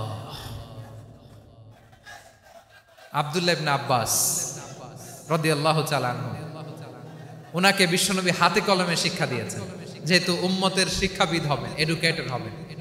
তো বিশ্বনবী রাতে যখন তাহাজ্জুদ পড়তেন, ছোট্ট আব্দুল্লাহ ঘরে থাকতো, বুঝতে পেরেছেন? ছোট্ট মানুষ তো ঘরে থাকতো। তো বিশ্বনবী তাহাজ্জুদের জন্য একবার দাঁড়িয়েছেন, ছোট্ট আব্দুল্লাহ ওযু করে দাঁড়াইছে। আচ্ছা বলেন তো, ইমাম আর মুসল্লি মোট যদি দুইজন হয়, একজন ইমাম একজন মুসল্লি, তো মুসল্লি ইমামের কোন দিকে দাঁড়াবে? ডানে দাঁড়াবে। ছোট্ট আব্দুল্লাহ বোঝে নাই, বিশ্বনবী তাহাজ্জুদ শুরু করেছেন, উনি একতেদা করছেন আর দাঁড়াইছেন বায়ে। কোথায় দাঁড়িয়েছেন? আব্দুল্লাহ বলেন, যখন আমি বায়ে দাঁড়ালাম, আখাযা রাসূলুল্লাহ সাল্লাল্লাহু আলাইহি ওয়াসাল্লাম উযুনি আল ইউমনা ইয়াফতিলুহা, বিশ্বনবী নামাজরত অবস্থায় আমার কান ধরে টেনে আমার ডান দিকে এনে দাঁড় করায় দিলেন। পড়েন সুবহানাল্লাহ। দেখেন হাতে কলমে শিক্ষা। আর জীবনে ভুল হবে? কথা কয় না, আর ভুল হবে? আর ভুল হবে না। এভাবে বিশ্বনবীর অনেক সঙ্গ পেয়েছেন, সফর করেছেন, একই বাহনে বসেছেন, এক বাহনে বসে লম্বা নাসিহত করেছেন, বলেছেন ইয়া গোলাম ইহফাজিল্লাহ ইয়াহফাজকা ইহফাজিল্লাহ তাজিদহু তুজাহাক ইযা সাআলতা ফাসআলিল্লাহ ওয়া ইযা ইসতাআনতা ফাসতাইন বিল্লাহ। আল্লাহর বিধান মানো, আল্লাহর বিধান রক্ষা করো, আল্লাহ তোমায় রক্ষা করবে। আব্দুল্লাহ, চাইতে হলে আল্লাহর কাছে চাও, সাহায্য চাইতে হলে আল্লাহর কাছে সাহায্য চাও। মনে রাখো, গোটা বিশ্বের সবাই যদি তোমার সাহায্য করতে চায়, ততটুকুই করতে পারবে যতটুকু আল্লাহ তোমার নসিবে রেখেছে। গোটা বিশ্ব যদি তোমার বিরুদ্ধে ষড়যন্ত্রে দাঁড়িয়ে যায়, ক্ষতি ততটুকু করতে পারবে যতটুকু তোমার জন্য বরাদ্দ আছে, এর বাইরে কিছু করতে পারবে না। আওয়াজ করে বলেন ঠিক কিনা? এভাবে হাতে কলমে শিখিয়েছেন, বিশ্বনবীর সঙ্গ পেয়েছেন। ওনাকে বিষ্ণু ইসলাম শিক্ষাবিদ, এডুকেটর অফ দিস উম্মাহ হিসেবে সিলেক্ট করেছেন, হাতে কলমে শিখিয়েছেন। বিশ্বনবী একবার প্রকৃতির ডাকে সাড়া দিয়ে এসেছেন। এখন কি করতে হবে? নামাজের জন্য ওযু করতে হবে। বিশ্বনবী এসেই দেখেন ওযুর বদনায় পানি ভরা, খুশি হয়ে গেলেন, বললেন কে রেখেছে পানি? একজন বলল আব্দুল্লাহ রেখেছে। বিশ্বনবী অত্যন্ত খুশি হলেন, খুশি হয়ে একটা দোয়া করলেন, বললেন আল্লাহুম্মা ফাক্কিহু ফিদ্দীন ওয়া আল্লিমহু তা'ওয়ীল। আল্লাহ, তুমি আব্দুল্লাহকে দ্বীনের বুঝ দিও আর কোরআনের তাফসীর শিক্ষা দিও। বিশ্বনবীর এই দোয়া এমন লাগছে, উনি রাইসুল মুফাসসিরিন, এই পৃথিবীতে যত মুফাসসির ছিল, যত মুফাসসির আসবে, সকল মুফাসসিরের সম্রাট হিসেবে স্বীকৃত হয়েছেন আব্দুল্লাহ ইবনে আব্বাস। বিশ্বনবী ওনারে আজান শিখান নাই, বিশ্বনবী ওনারে ল্যাঙ্গুয়েজ শিখান নাই, বিশ্বনবী ওনারে অ্যাম্বাসেডর বানান নাই, হাতে কলমে শিক্ষা দিয়েছেন। ছোট্ট মানুষ, বিশ্বনবী ইন্তেকাল করলেন, আবু বকরের সময় গেল, ওমরে ফারুকের খেলাফত, তখনও তিনি তরুণ। ওমরে ফারুক রাদিয়াল্লাহু তাআলা আনহু ওনার ক্যাবিনেট মিনিস্ট্রির বৈঠকে এই আব্দুল্লাহ ইবনে আব্বাসকে পাশ দিয়ে বসায় রাখতেন। বয়স্ক সাহাবারা এটা পছন্দ করতো না, তারা বলতো ঘটনা কি, আব্দুল্লাহর মতো ছেলে নাতি আমাদের আছে, এরা কেন রাখে ওমরে ফারুক? ওমরে ফারুক এটা টের পেলেন, তিনি বুঝতে পারলেন যে ক্যাবিনেট মেম্বাররা এটা পছন্দ করে না, ছোট্ট আব্দুল্লাহরা কেন রাখি, কেন যে রাখি এটা একদিন বুঝাবো। একদিন মিটিং এ তিনি সবাইকে বললেন ইযা জাআ নাসরুল্লাহি ওয়াল ফাতহ। এই আয়াত দ্বারা উদ্দেশ্য কি বলেন তো মুরব্বী সাহাবীরা? এক সাহাবী বলেন এই সূরা দ্বারা উদ্দেশ্য, আল্লাহ বলেছেন আমাদেরকে বিভিন্ন ল্যান্ড, বিভিন্ন এলাকা বিজয় করতে হবে। ওমরে ফারুক বললেন না, হয়নি। আরেকজন বললেন বিজয় হওয়ার পর আমাদের বেশি বেশি আল্লাহর বরত্বের ঘোষণা দিতে হবে, এটা উদ্দেশ্য। ওমরে ফারুক বললেন না, হয় নাই। যারা জিজ্ঞেস করেন কেউ পারে না। সব শেষে বিশ্বনবী ছোট্ট আব্দুল্লাহরে বলেন আব্দুল্লাহ ইদা জাআ নাসরুল্লাহি ওয়াল ফাতহ, এর দ্বারা উদ্দেশ্য কি বলো তো? ছোট্ট আব্দুল্লাহ বলেন হুয়া আজালু রাসূলিল্লাহ। এই আয়াত দ্বারা বিশ্বনবীর বিদায়কে উদ্দেশ্য নেওয়া হয়েছে। ওমরে ফারুক বললেন হাদা হুয়া, এটাই তো সঠিক উত্তর, এটাই সঠিক তাফসীর এই আয়াতের। কারণ ইদা জাআ নাসরুল্লাহি ওয়াল ফাতহ, যখন আল্লাহর সাহায্য আর বিজয় আসবে, ওয়া রাআইতান নাসা ইয়াদখুলুনা ফি দীনিল্লাহি আফওয়াজা, আপনি দেখবেন দলে দলে ঢলে ঢলে বানের পানির মতো মানুষ ইসলামের দিকে ঢুকতেছে, ইসলামের বিজয় হয়েছে। তো ইসলামের বিজয়ের মিশন নিয়ে নবী আসছে, বিজয়ী যখন হয়ে গেছে এখন তো নবীর বিদায় হবে। জোরে বলেন ঠিক কিনা? কোন সাহাবী এই সূক্ষ্ম কথাটা ধরতে পারে নাই, ওই আব্দুল্লাহ ছাড়া। আব্দুল্লাহ যখন উত্তর দিছে সব সাহাবীদের টনক নড়েছে। এরপর থেকে কোনো ক্যাবিনেট মিটিং এ আর কোন সাহাবারা কোনো প্রশ্ন করে নাই, আওয়াজ করে পড়েন সুবহানাল্লাহ। বিশ্বনবী আব্দুল্লাহ ইবনে আব্বাসকে দ্য এডুকেটর অফ দ্য উম্মাহ, উম্মার শিক্ষাবিদ হিসেবে গ্রহণ করেছেন। আওয়াজ করে পড়তে হবে আল্লাহু আকবার। সাহাবীদের নামগুলো মনে থাকবে? 1 নম্বরে আবু মাহজুরা, মুয়াজ্জিন বানাইছেন। যায়েদ ইবনে সাবিত, দোভাষী, ট্রান্সলেটর অফ প্রফেট, এবং তিনি ছিলেন বিশ্বনবীর ব্যক্তিগত সচিব। Musab ibn Umair, the first ambassador and diplomat of Islam. Abdullah ibn Abbas, এই উম্মার সবচেয়ে বড় এডুকেটর, শিক্ষাবিদ। আরেকজন ছিল আব্দুল্লাহ ইবনে মাসউদ রাদিয়াল্লাহু তাআলা। 2 আব্দুল্লাহ, আব্বাস গেল, আরেকজন হচ্ছে মাসউদ। মক্কার তরুণ, ছাগল পালতো মুশরিকের বিশ্বনবী আর আবু বকর রাদিয়াল্লাহু তাআলা আনহু একবার গেলেন, যে দেখে এই তরুণ দাঁড়ায় আছে। বিশ্বনবী বলেন, আমি খুব ক্ষুধার্ত, তোমার কাছে কি দুধ আছে ছাগলের? আব্দুল্লাহ ইবনে মাসউদ বলে, আছে। ওয়ালাকিন আনা মুতামান, যে দুধ আছে এটা আমানতের, আমি দিতে পারবো না। বিশ্বনবী এইটা শুনেই তার টার্গেট করে ফেলছে। আনা মুতামান, দুধ আছে কিন্তু এটা আমার মালিকের, আমি তো দরদ দেখাই, আমার মালিকের দুধ, আপনি পথিক, আপনারে দিতে পারি না। বিশ্বনবী টার্গেট করে ফেলছেন, এরে আমার কাজে লাগাইতে হবে। বিশ্বনবী বলেন, আচ্ছা ঠিক আছে, দুধ দিও না, কিন্তু এমন ছাগি আছে কিনা যেই ছাগির সাথে কোনো ছাগলের মিলন হয় নাই, তার ওলানে দুধও আসে নাই, বাচ্চাও নাই, এরকম ছাগির থেকে যদি আমি দুধ খাই তাহলে তো সমস্যা নাই। বলতেছে, এরকম ছাগির থেকে দুধ খাইলে সমস্যা নাই, কারণ এরকম ছাগির ওলান থেকে দুধ আসবেও না। বলতেছে, ঠিক আছে, এরকম একটা ছাগি নিয়ে আসা হলো। বিশ্বনবী বিসমিল্লাহ বলে ওই ছাগির ওলানে হাত দিলেন। হাত দিতে দেরি, পুরো ওলানটা দুধে ভরে যেতে দেরি হয় না। বিশ্বনবী আর আবু বকর রাদিয়াল্লাহু তাআলা আনহু দহন করে পেট ভরে খেলেন। এই দৃশ্য আব্দুল্লাহ ইবনে মাসউদের হৃদয়ে দাগ কাটলো। এই মুজিজা দেখে তিনি বললেন, আশহাদু আল্লা ইলাহা ইল্লাল্লাহ ওয়া আশহাদু আন্না মুহাম্মাদুর রাসূলুল্লাহ। তিনি ষষ্ঠ মুসলিম ছিলেন, 6 নম্বর মুসলমান। ওনাকে টার্গেট করে বিশ্বনবী দেখলেন এমন ইন্টেলেকচুয়াল ব্রেন, উনি সূক্ষ্ম সূক্ষ্ম জিনিস বুঝে বেশি, ফিকহি জ্ঞান ওনার মধ্যে বেশি। বিশ্বনবী ওনাকে কোরআনের জ্ঞান শিক্ষা দিতে লাগলেন। উনি বিশ্বনবী সবার কাছে কোরআন শোনায়, কিন্তু বিশ্বনবী নিজে আব্দুল্লাহ ইবনে মাসউদের কাছ থেকে কোরআন শুনতো। বিশ্বনবী একবার বললেন, ইকরা আলাইয়া ইয়া মাসউদ। ইবনে মাসউদ, একবার শোনাও তো কোরআন দেখি। আব্দুল্লাহ ইবনে মাসউদ বলে, আকরাউ আলাইকা ওয়া আলাইকা উনজিল। নবী, আপনার উপর কোরআন নাজিল হয় আর আমি আপনার সামনে কোরআন পড়ব। বিশ্বনবী বললেন, ইন্নী উহিব্বু আন আসমাআহু মিন গায়রি। আমি নিজে পড়তে যেমনি ভালোবাসি, অন্যে পড়ুক আমি শুনবো, এটাও আমি ভালোবাসি। সূরা নিসা তিনি তেলাওয়াত করে শুনিয়েছেন। এমন সূক্ষ্ম সূক্ষ্ম বিষয় বিশ্বনবী উনাকে ধরিয়ে দিয়েছেন। উনি হয়ে গিয়েছেন, আব্দুল্লাহ ইবনে আব্বাস হয়েছেন রাইসুল মুফাসসিরিন, উনি হয়ে গিয়েছেন ফাকিহুল উম্মাহ। ওনার চাইতে বড় ফকি এই পৃথিবী আর দেখবে না। চিল্লায় বলেন সুবহানাল্লাহ। উনি বলতেন, ওয়াল্লাহি ওয়াল্লাহি ইল্লাযী লা ইলাহা গায়রু মা উনজিলাত সূরাতুন ইল্লা ওয়া আনা আ'লামু আইনা উনজিলাত ওয়া ফীমা উনজিলাত। বিশ্বনবী এমন ভাবে কোরআনের দার্স আমাকে দিয়েছেন, কোরআনে যত সূরা নাজিল হয়েছে, যেখানে নাজিল হোক না কেন আমি জানি এটা কোথায় নাজিল হয়েছে এবং কোন প্রেক্ষাপটে নাজিল হয়েছে। এমন একটা সূরা নাই যে সূরার কোথায় নাজিল হয়েছে আমি মাসুদের জানা নাই, কোন প্রেক্ষাপটে নাজিল হয়েছে আমার জানা নাই। এরকম ঘটবে না। চিল্লায় বলেন আল্লাহু আকবার। এই আব্দুল্লাহ ইবনে মাসউদ রাদিয়াল্লাহু তাআলা ওমরে ফারুকের সময় কুফার চিফ জাস্টিস ছিলেন। কুফা নগরীর চিফ জাস্টিস। চিফ জাস্টিস বুঝেন নাই? বিচারপতি। কি ছিলেন? সবাই বলে নাই, কি ছিলেন? বিচারপতি ছিলেন। এবং ওনার যে ফিকহি জ্ঞানের ধারা, এটাই আলকামা, ইব্রাহিম আন-নাখাই, হাম্মাদ ইবনে সুলাইমান হয়ে ইমাম আবু হানিফা পর্যন্ত পৌঁছেছে। এবং ওনার ফিকহি জ্ঞানের ধারাই হানাফি মাযহাবে অ্যাকসেপ্ট হয়েছে। আজও এগুলো হানাফি মাযহাবে চর্চিত হয়। হানাফি মাযহাবের সব ফিক আব্দুল্লাহ ইবনে মাসউদের ফিকহি জ্ঞানের ধারা থেকে নেওয়া হয়েছে। চিল্লায় পড়েন সুবহানাল্লাহ। তাহলে উনাকে বিশ্বনবী বানিয়েছেন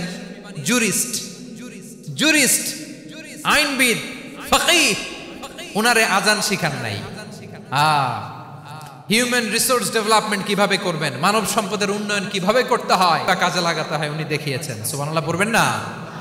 খালিদ বিন ওয়ালিদ নাম শুনছেন? কে কে শোনেন নাই হাত তোলেন। কি ছিলেন? বীর যোদ্ধা ছিলেন খালিদ বিন ওয়ালিদ। কিন্তু তিনি ইসলাম ধর্ম গ্রহণ করেছেন অনেক দেরিতে, 8ম হিজরিতে। তার মানে 8ম হিজরির আগে উনি মুশরিকদের পক্ষে লড়াই করেছেন। ওনার হাতে কত মুসলিম সাহাবী যে নিহত হয়েছে হিসাব নাই। বিশ্বনবী টার্গেট করে রাখছে, তুমি আমাদের মুসলিমদের এত ক্ষতি করলা, তুমি যখন মুসলমান হবা তোমার দিয়ে আমি এমন কাম করামু যে এটা আর কেউ করতে পারবে না। সুবহানাল্লাহ নাই? যশোর ক্লান্ত হয়ে গেছে।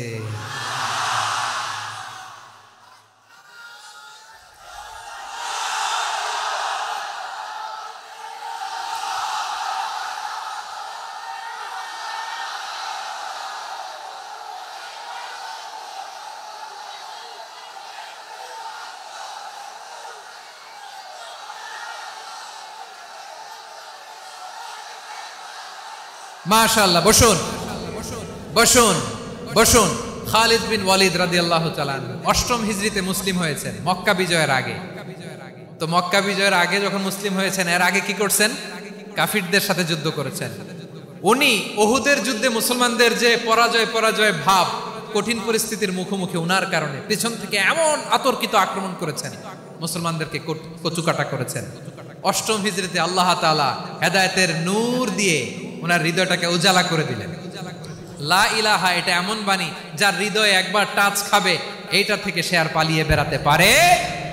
ঝিনুকের ভেতর লুকিয়ে থাকে যেমন মতি, ঝিনুকের ভেতর লুকিয়ে থাকে যেমন মতি, কলমা শাহাদাতে আছে আল্লাহর জ্যোতি, কলমা শাহাদাতে আছে আল্লাহর জ্যোতি।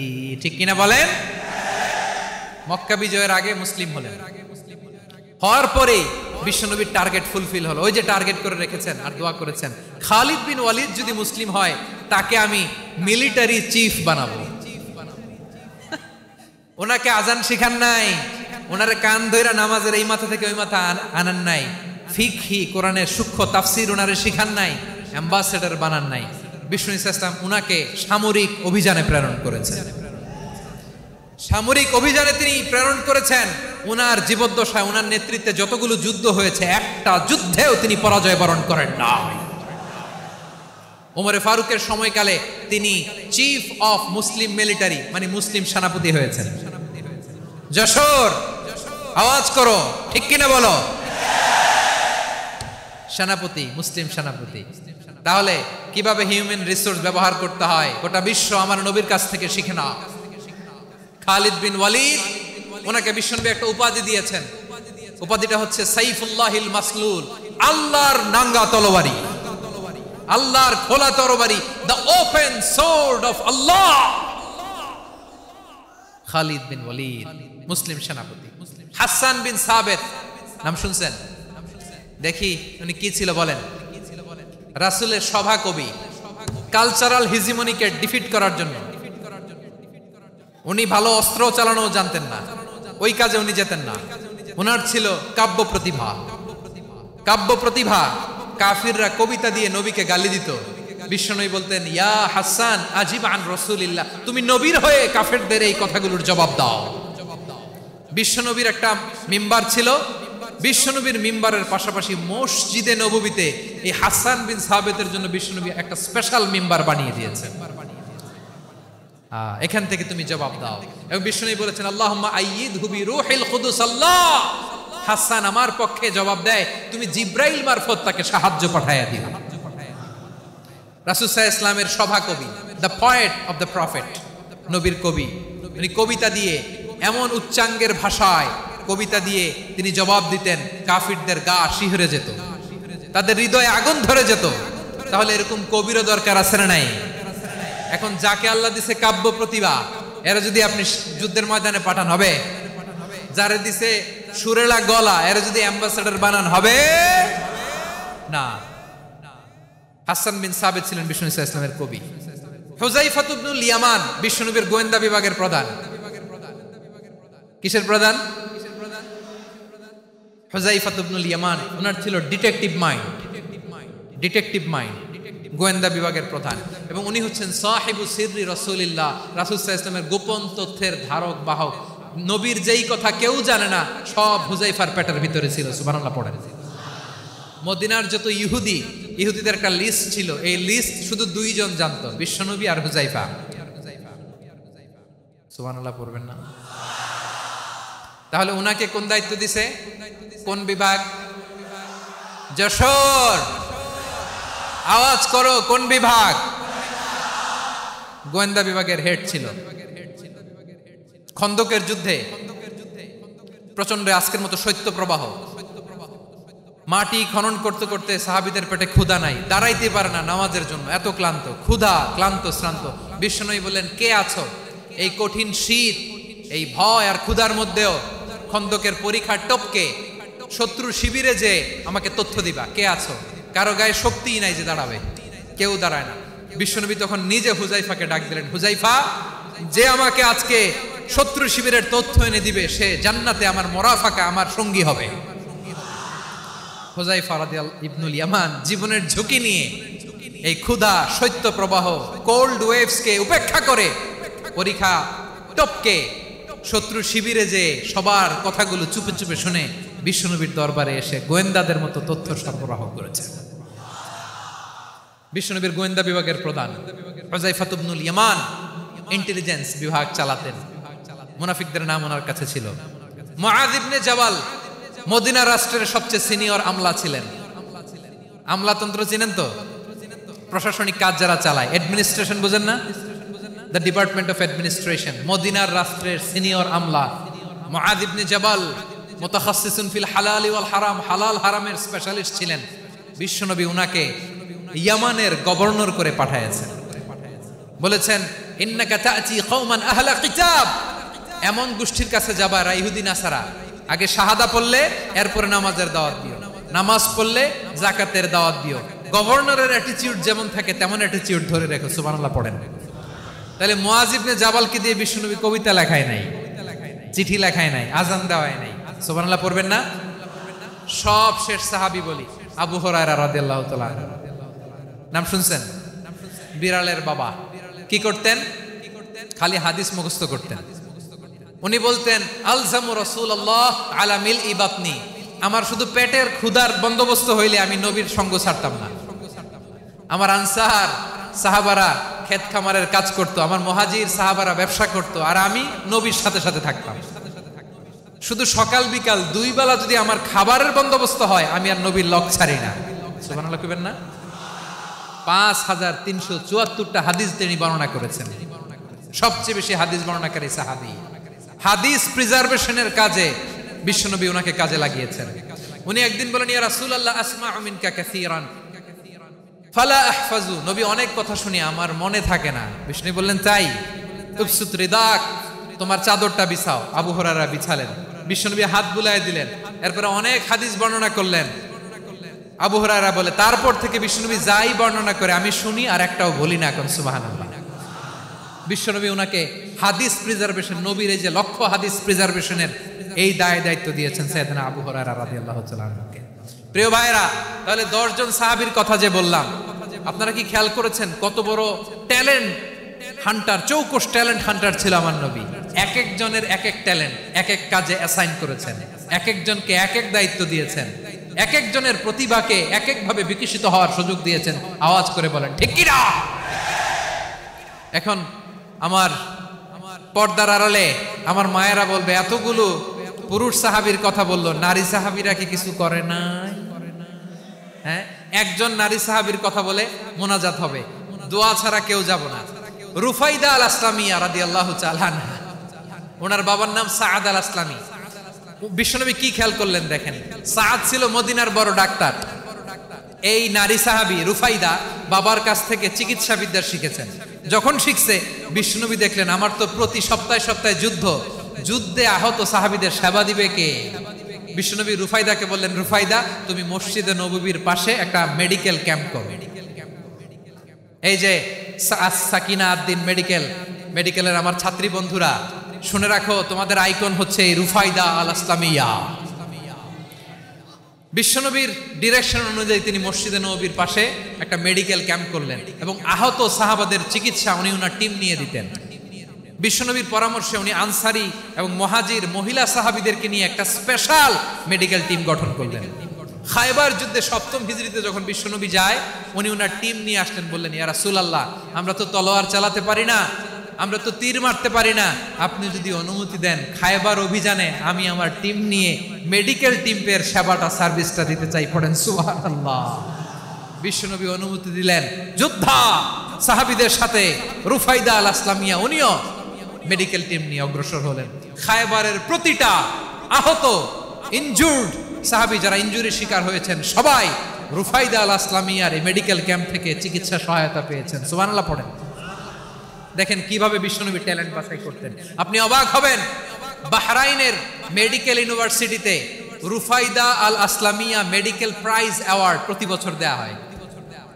যদি 8 দিনের এই মেডিকেল আমার বোনেরা যদি জেনে থাকো জানো, না হলে নতুন করে জানো, সার্চ দিও রুফাইদা আল আসলামিয়া মেডিকেল অ্যাওয়ার্ড বাহরাইনের ইউনিভার্সিটিতে দেয়া হয়। প্রিয় ভাইয়েরা, তাহলে আলোচনার সামারি আমরা করি। বিশ্বনবী যার যেখানে ট্যালেন্ট তাকে ওইখানে কাজে লাগাতেন। আওয়াজ করে বলেন ঠিক কিনা? এবার একটা ইন্টারভিউ হবে, আওয়াজ করে বলেন আবু মাহজুরাকে বিশ্বনবী কি বানাইছেন? হ্যাঁ, ভুলে গেছেন? সামনের চুলে হাত দিয়ে বিশ্বনবী কি সুন্দর গলায় আজান শিখালেন। মুয়াজ্জিন যায়েদ বিন সাবিতকে একাডেমিক প্রজেক্টের দায়িত্ব দিয়েছেন, তিনি ছিলেন বিশ্বনবীর দোভাষী ব্যক্তিগত সচিব। Musab ibn Umair the first ambassador of Islam, Abdullah ibn Abbas উম্মার বড় শিক্ষাবিদ মুফাসসির, আব্দুল্লাহ ইবনে মাসউদ, আব্দুল্লাহ ইবনে মাসউদ ছিলেন জুরিস্ট। কি ছিলেন?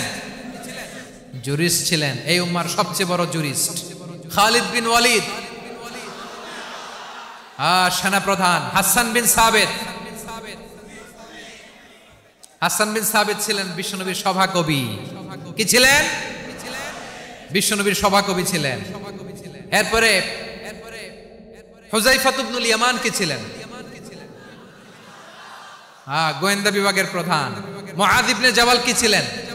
সিনিয়র আমলা, ইয়ামানের গভর্নর। আবু হুরায়রা রাদিয়াল্লাহু তাআলা আনহু হাদিস প্রিজার্ভেশনের কাজ করেছেন। আর আমাদের রুফাইদা আল আসলামিয়া রাদিয়াল্লাহু তাআলা আনহা কি ছিলেন? নার্স ছিলেন, নার্স হয়ে মেডিকেল সেবা দিয়েছেন। প্রিয় ভাইরা, পুরো আলোচনার যদি সামারি করি তাহলে বিশ্বনবী যেভাবে হিউম্যান রিসোর্সকে ম্যানেজ করেছেন, যার যেখানে প্রতিভা কাজে লাগিয়েছেন, আমরাও যদি করি আমাদের বাংলাদেশের চিত্র আমরা পাল্টে দিতে পারবো। আমরা শুরুতে শুনেছি মানুষের আছে অসীম সম্ভাবনা, প্রতিটা মানুষ অনন্য, যত্ন নিলে যথাযথ পরিচর্যা করলে মানুষ বিশ্ব জয় করতে পারে। ঠিক কিনা? আমাদের হাফেজে কোরআনের সামনে দাঁড়াতে পারে এমন কোন হাফেজে কোরআন আল্লাহর জমিনে জন্ম হয় না। গোটা বিশ্ব কাঁপিয়ে তারা সেরা, আমাদের ক্রিকেটাররা সেরা, আমাদের তৈরি পোশাক শিল্প সেরা। এরকম অনেক অনেক সেরা জিনিস আছে, আমরা এগুলোরে নার্চারিং করতে পারি নাই, পরিচর্যা করতে পারি নাই, সঠিক তারবিয়াতের অভাব। তাহলে মানুষের অসীম সম্ভাবনাকে কাজে লাগাতে হবে। ঠিক কিনা বলেন? ইউনুস গভর্নমেন্টকে আমি বলবো, অল্প সময়ের জন্য আপনারা এসেছেন, সংস্কারও করতে হবে, আবার নির্বাচনও করতে হবে। সব সংস্কার হয়তো করতে পারবেন না, যতটুকু পারবেন এর মধ্যে আমাদের যে হিউজ ম্যান পাওয়ার, আমাদের যে মানব সম্পদ, হিউম্যান রিসোর্স, এটাকে ডেভেলপ করে আপনাদের যেতে হবে। যেটা পারবেন না সেটাকে পরবর্তী নির্বাচিত গভর্নমেন্টের কাছে রেখে যেতে হবে, যে তারা যেন করে, তাদের কাছে আপনারা এটা রেখে যাবেন।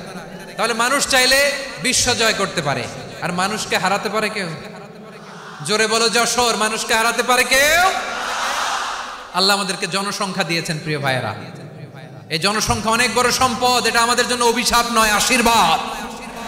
আমাদের জনসংখ্যাকে যদি আমরা জনশক্তিতে রূপান্তর করতে পারি, আজকে বাংলাদেশ যে অবস্থানে দাঁড়িয়ে আছে, বাংলাদেশ তার 20 গুণ উন্নতির শিখরে চলে যাবে। চিল্লায় বলো ঠিক কিনা? আমাদের শ্রমিক ভাইয়েরা বাইরে কাজ করে, আমাদের শ্রমজীবী ভাইয়েরা, প্রবাসীরা, তাদের ব্যাপারে গুরুত্ব দিতে হবে। আমাদের শ্রমের দাম সবচেয়ে কম, সবচেয়ে কম। তারা এম্বাসিতে গুরুত্ব পায় না, এয়ারপোর্টে গুরুত্ব পায় না। এই সরকার অবশ্য তাদেরকে অনেক গুরুত্ব দিচ্ছে। আমাদের অদক্ষ শ্রমিককে যখন আমরা দুবাই পাঠাই অল্প বেতন পায়, কিন্তু ইন্ডিয়ানরা দক্ষ শ্রমিক পাঠাইলে তার 3 গুণ বেতন পায়। আমরা আমাদের শ্রমিকদেরকে অদক্ষ ভাবে আর পাঠাতে চাই না, দক্ষ শ্রমিক পাঠিয়ে আমরা রেমিটেন্সের বন্যা বইয়ে দেব। আমাদের শ্রমিকদের পাঠানো রেমিটেন্সের টাকায় সচল থাকে আমার দেশের অর্থনীতির চাকা। তাদেরকে সবচেয়ে গুরুত্ব দিতে হবে। আমরা পেয়েছি ফ্রিডম ফাইটার, মুক্তিযোদ্ধা, আর আমার প্রবাসী ভাইরা হচ্ছে রেমিটেন্স ফাইটার। জোরে বলো ঠিক কিনা? তাহলে আমাদের এই জনশক্তিকে জনসম্পদে ট্রান্সফর্ম করতে হবে, ঠিক কিনা বলেন? সরকার জনগণকে এভাবে পলিশ করতে হবে। মা বাবারা ছেলে মেয়েদের মধ্যে কার কোন যোগ্যতা তাকে ওইভাবে কাজে লাগাতে হবে। সবার এ প্লাস পাওয়ার কোনো দরকার নেই। আমাদের দেশে একটা টেন্ডেন্সি আছে, পরীক্ষায় এ প্লাস না পাইলে তুই কি করলি, পাশের বাড়ির ছেলে এ প্লাস পাইছে, যা ওর পা ধোয়া পানি খা। কি খা? তা আমি ভাবছি যে পা ধোয়া এ প্লাস পাওয়া ছেলেদের পা ধোয়া পানির একটা পানির ব্র্যান্ড বানাইতে হবে। এরকম লেখা থাকবে, এ প্লাস পাওয়া ছেলেদের পা ধোয়া পানি। খাওয়া নাই, এগুলার খাওয়া নাই। ওরে আল্লাহ এ প্লাস পাওয়ার জন্য বানাইছে, আর আপনার ছেলেকে এই এ প্লাস গুলারে নিয়ন্ত্রণ করার জন্য আল্লাহ বানাইছে। ওকে দিয়ে আল্লাহ কি করবে আপনি জানেনই না। একটা এ প্লাস, একটা এ গ্রেড একটা মানুষের জীবনকে ঠিক করে দিতে পারে না। আপনার ছেলেকে আল্লাহ অন্যদিকে যোগ্যতা দিয়েছে। ওদের মনোবল ভাঙবেন না, খবরদার খবরদার। ছেলে মেয়েদের মনোবল ভাঙবেন না। যাকে দিয়ে যেটা হবে তাকে দিয়ে সেটা করতে হবে, তার প্রতিভাকে সেভাবে কাজে লাগাতে হবে। তাহলে বাংলাদেশ আমাদের এই জনসংখ্যা জনসম্পদে রূপান্তরিত হবে। আমাদের সরকারের তত্ত্বাবধানে আমাদের 18 কোটি জনগণ দক্ষ জনশক্তিতে রূপান্তরিত হোক। আমরা চাই কি চাই না? আমরা ভালো মানুষ, শ্রেষ্ঠ মানুষ হতে চাই কি চাই না? ওই জাপানিজদের মতো সৎ, ওই ইউরোপিয়ানদের মতো কালচার। আমাদেরকে আল্লাহ তাআলা কোরআন সুন্নাহ অনেক কিছু দিয়েছেন। যেহেতু বর্তমানে আমরা দেখছি তারা সৎ, তাদের মধ্যে ভ্যালু আছে, সেগুলো আমাদের মধ্যে আনার দরকার আছে না নাই? আর ইসলাম দিয়ে আমাদের জীবনকে সাজাতে হবে। ইসলাম দিয়ে আমার পরিবারকে সাজাতে হবে। ইসলাম থেকে, কোরআন থেকে প্রেসক্রিপশন না নিলে জীবন সুন্দর হবে না। কোরআন থেকে প্রেসক্রিপশন না নিলে সমাজ সুন্দর হবে না। কোরআনের প্রেসক্রিপশন না মানলে রাষ্ট্র সুন্দর হবে না। কোরআনের প্রেসক্রিপশন অ্যাপ্লাই না করলে শুধু দুর্নীতি দমন কমিশন দিয়ে দুর্নীতি বন্ধ করা যাবে না। এজন্য কোরআনের আইন আমরা চাই কি চাই না? প্রিয় ভাইয়েরা, হিউম্যান রিসোর্স ডেভেলপমেন্ট, মানব সম্পদের উন্নয়ন, আমাদের সরকার যেন এদিকে নজর দেয়। আমরা যেন এই ব্যাপারে যত্নবান হয়ে উঠি। যাকে আল্লাহ যে যোগ্যতা দিয়েছে, এই যোগ্যতা দিয়ে আমরা যেন ইসলামের জন্য, দেশের জন্য কাজ করি। আমরা যেন আমাদের স্কিল ডেভেলপ করি, আমাদের পটেনশিয়ালকে ডেভেলপ করি। মোরালিটি, ভ্যালিউজ নিয়ে শায়েখ আহমদুল্লাহ আলোচনা করেছেন। এগুলো দিয়ে যেন আমরা আমাদেরকে সাজাই। আল্লাহ তাআলা আমাদের দেশকে তুমি নিরাপদ করো, আমরা পড়ি আমিন। আল্লাহ আমার 18 কোটি জনগণকে তুমি জনশক্তিতে রূপান্তরিত করো, আমিন। আল্লাহ আমরা হাতে হাত রেখে কাঁধে কাঁধ মিলিয়ে ভাইয়ে ভাইয়ে যেন এই দেশকে গড়তে পারি, আল্লাহ তুমি তৌফিক দান করো, আমরা পড়ি আমিন। আমার প্রিয় মহিউদ্দিন ভাই বলেছেন, হুজুর এমন একটা ঘোষণাপত্র দিয়ে যাবেন আজকের এই ঐতিহাসিক যশোরের প্রোগ্রামে, যেটা গোটা বাংলাদেশে মানুষ এটার উপর আমল করে। আমি যে কথাটা বলেছি এটাই, আসুন আমরা আমাদের জনসংখ্যাকে জনসম্পদে ট্রান্সফর্ম করি। আমাদের জনসংখ্যাকে আমরা যেন জনশক্তিতে রূপান্তরিত করি। জনসংখ্যাকে ট্রান্সফর্ম করে জনশক্তি দিয়ে আমরা যেন আগামীর বাংলাদেশ, স্বাধীন বাংলাদেশ 2.0 গড়ে তুলি। আল্লাহ তাআলা আমাদের সবাইকে কথাগুলো বোঝার, আমল করার তৌফিক দান করুন। এই জেনজি, ক্ষমা করে দিও আমাকে, অনেক ধমক দিছি, বকা দিছি। আল্লাহ তোমাদেরকে করুক, কবুল করুক, যশোরবাসীকে কবুল করুক, আদ দিনকে কবুল করুক, এই মেডিকেল কলেজকে কবুল করুক, ইসলামের জন্য বাদ ভাঙা এই জোয়ার এবং উচ্ছ্বাসকে আল্লাহ তাআলা কবুল করুক। হাযা মা ইনদি ওয়াল ইলমু ইনদাল্লাহ আলাইহি তাওয়াক্কালতু ওয়া ইলাইহি উনীব। সুবহানাকাল্লাহুম্মা ওয়া বিহামদিকা আশহাদু আল্লা ইলাহা ইল্লা আনতা আস্তাগফিরুকা ওয়া আতুবু ইলাইক।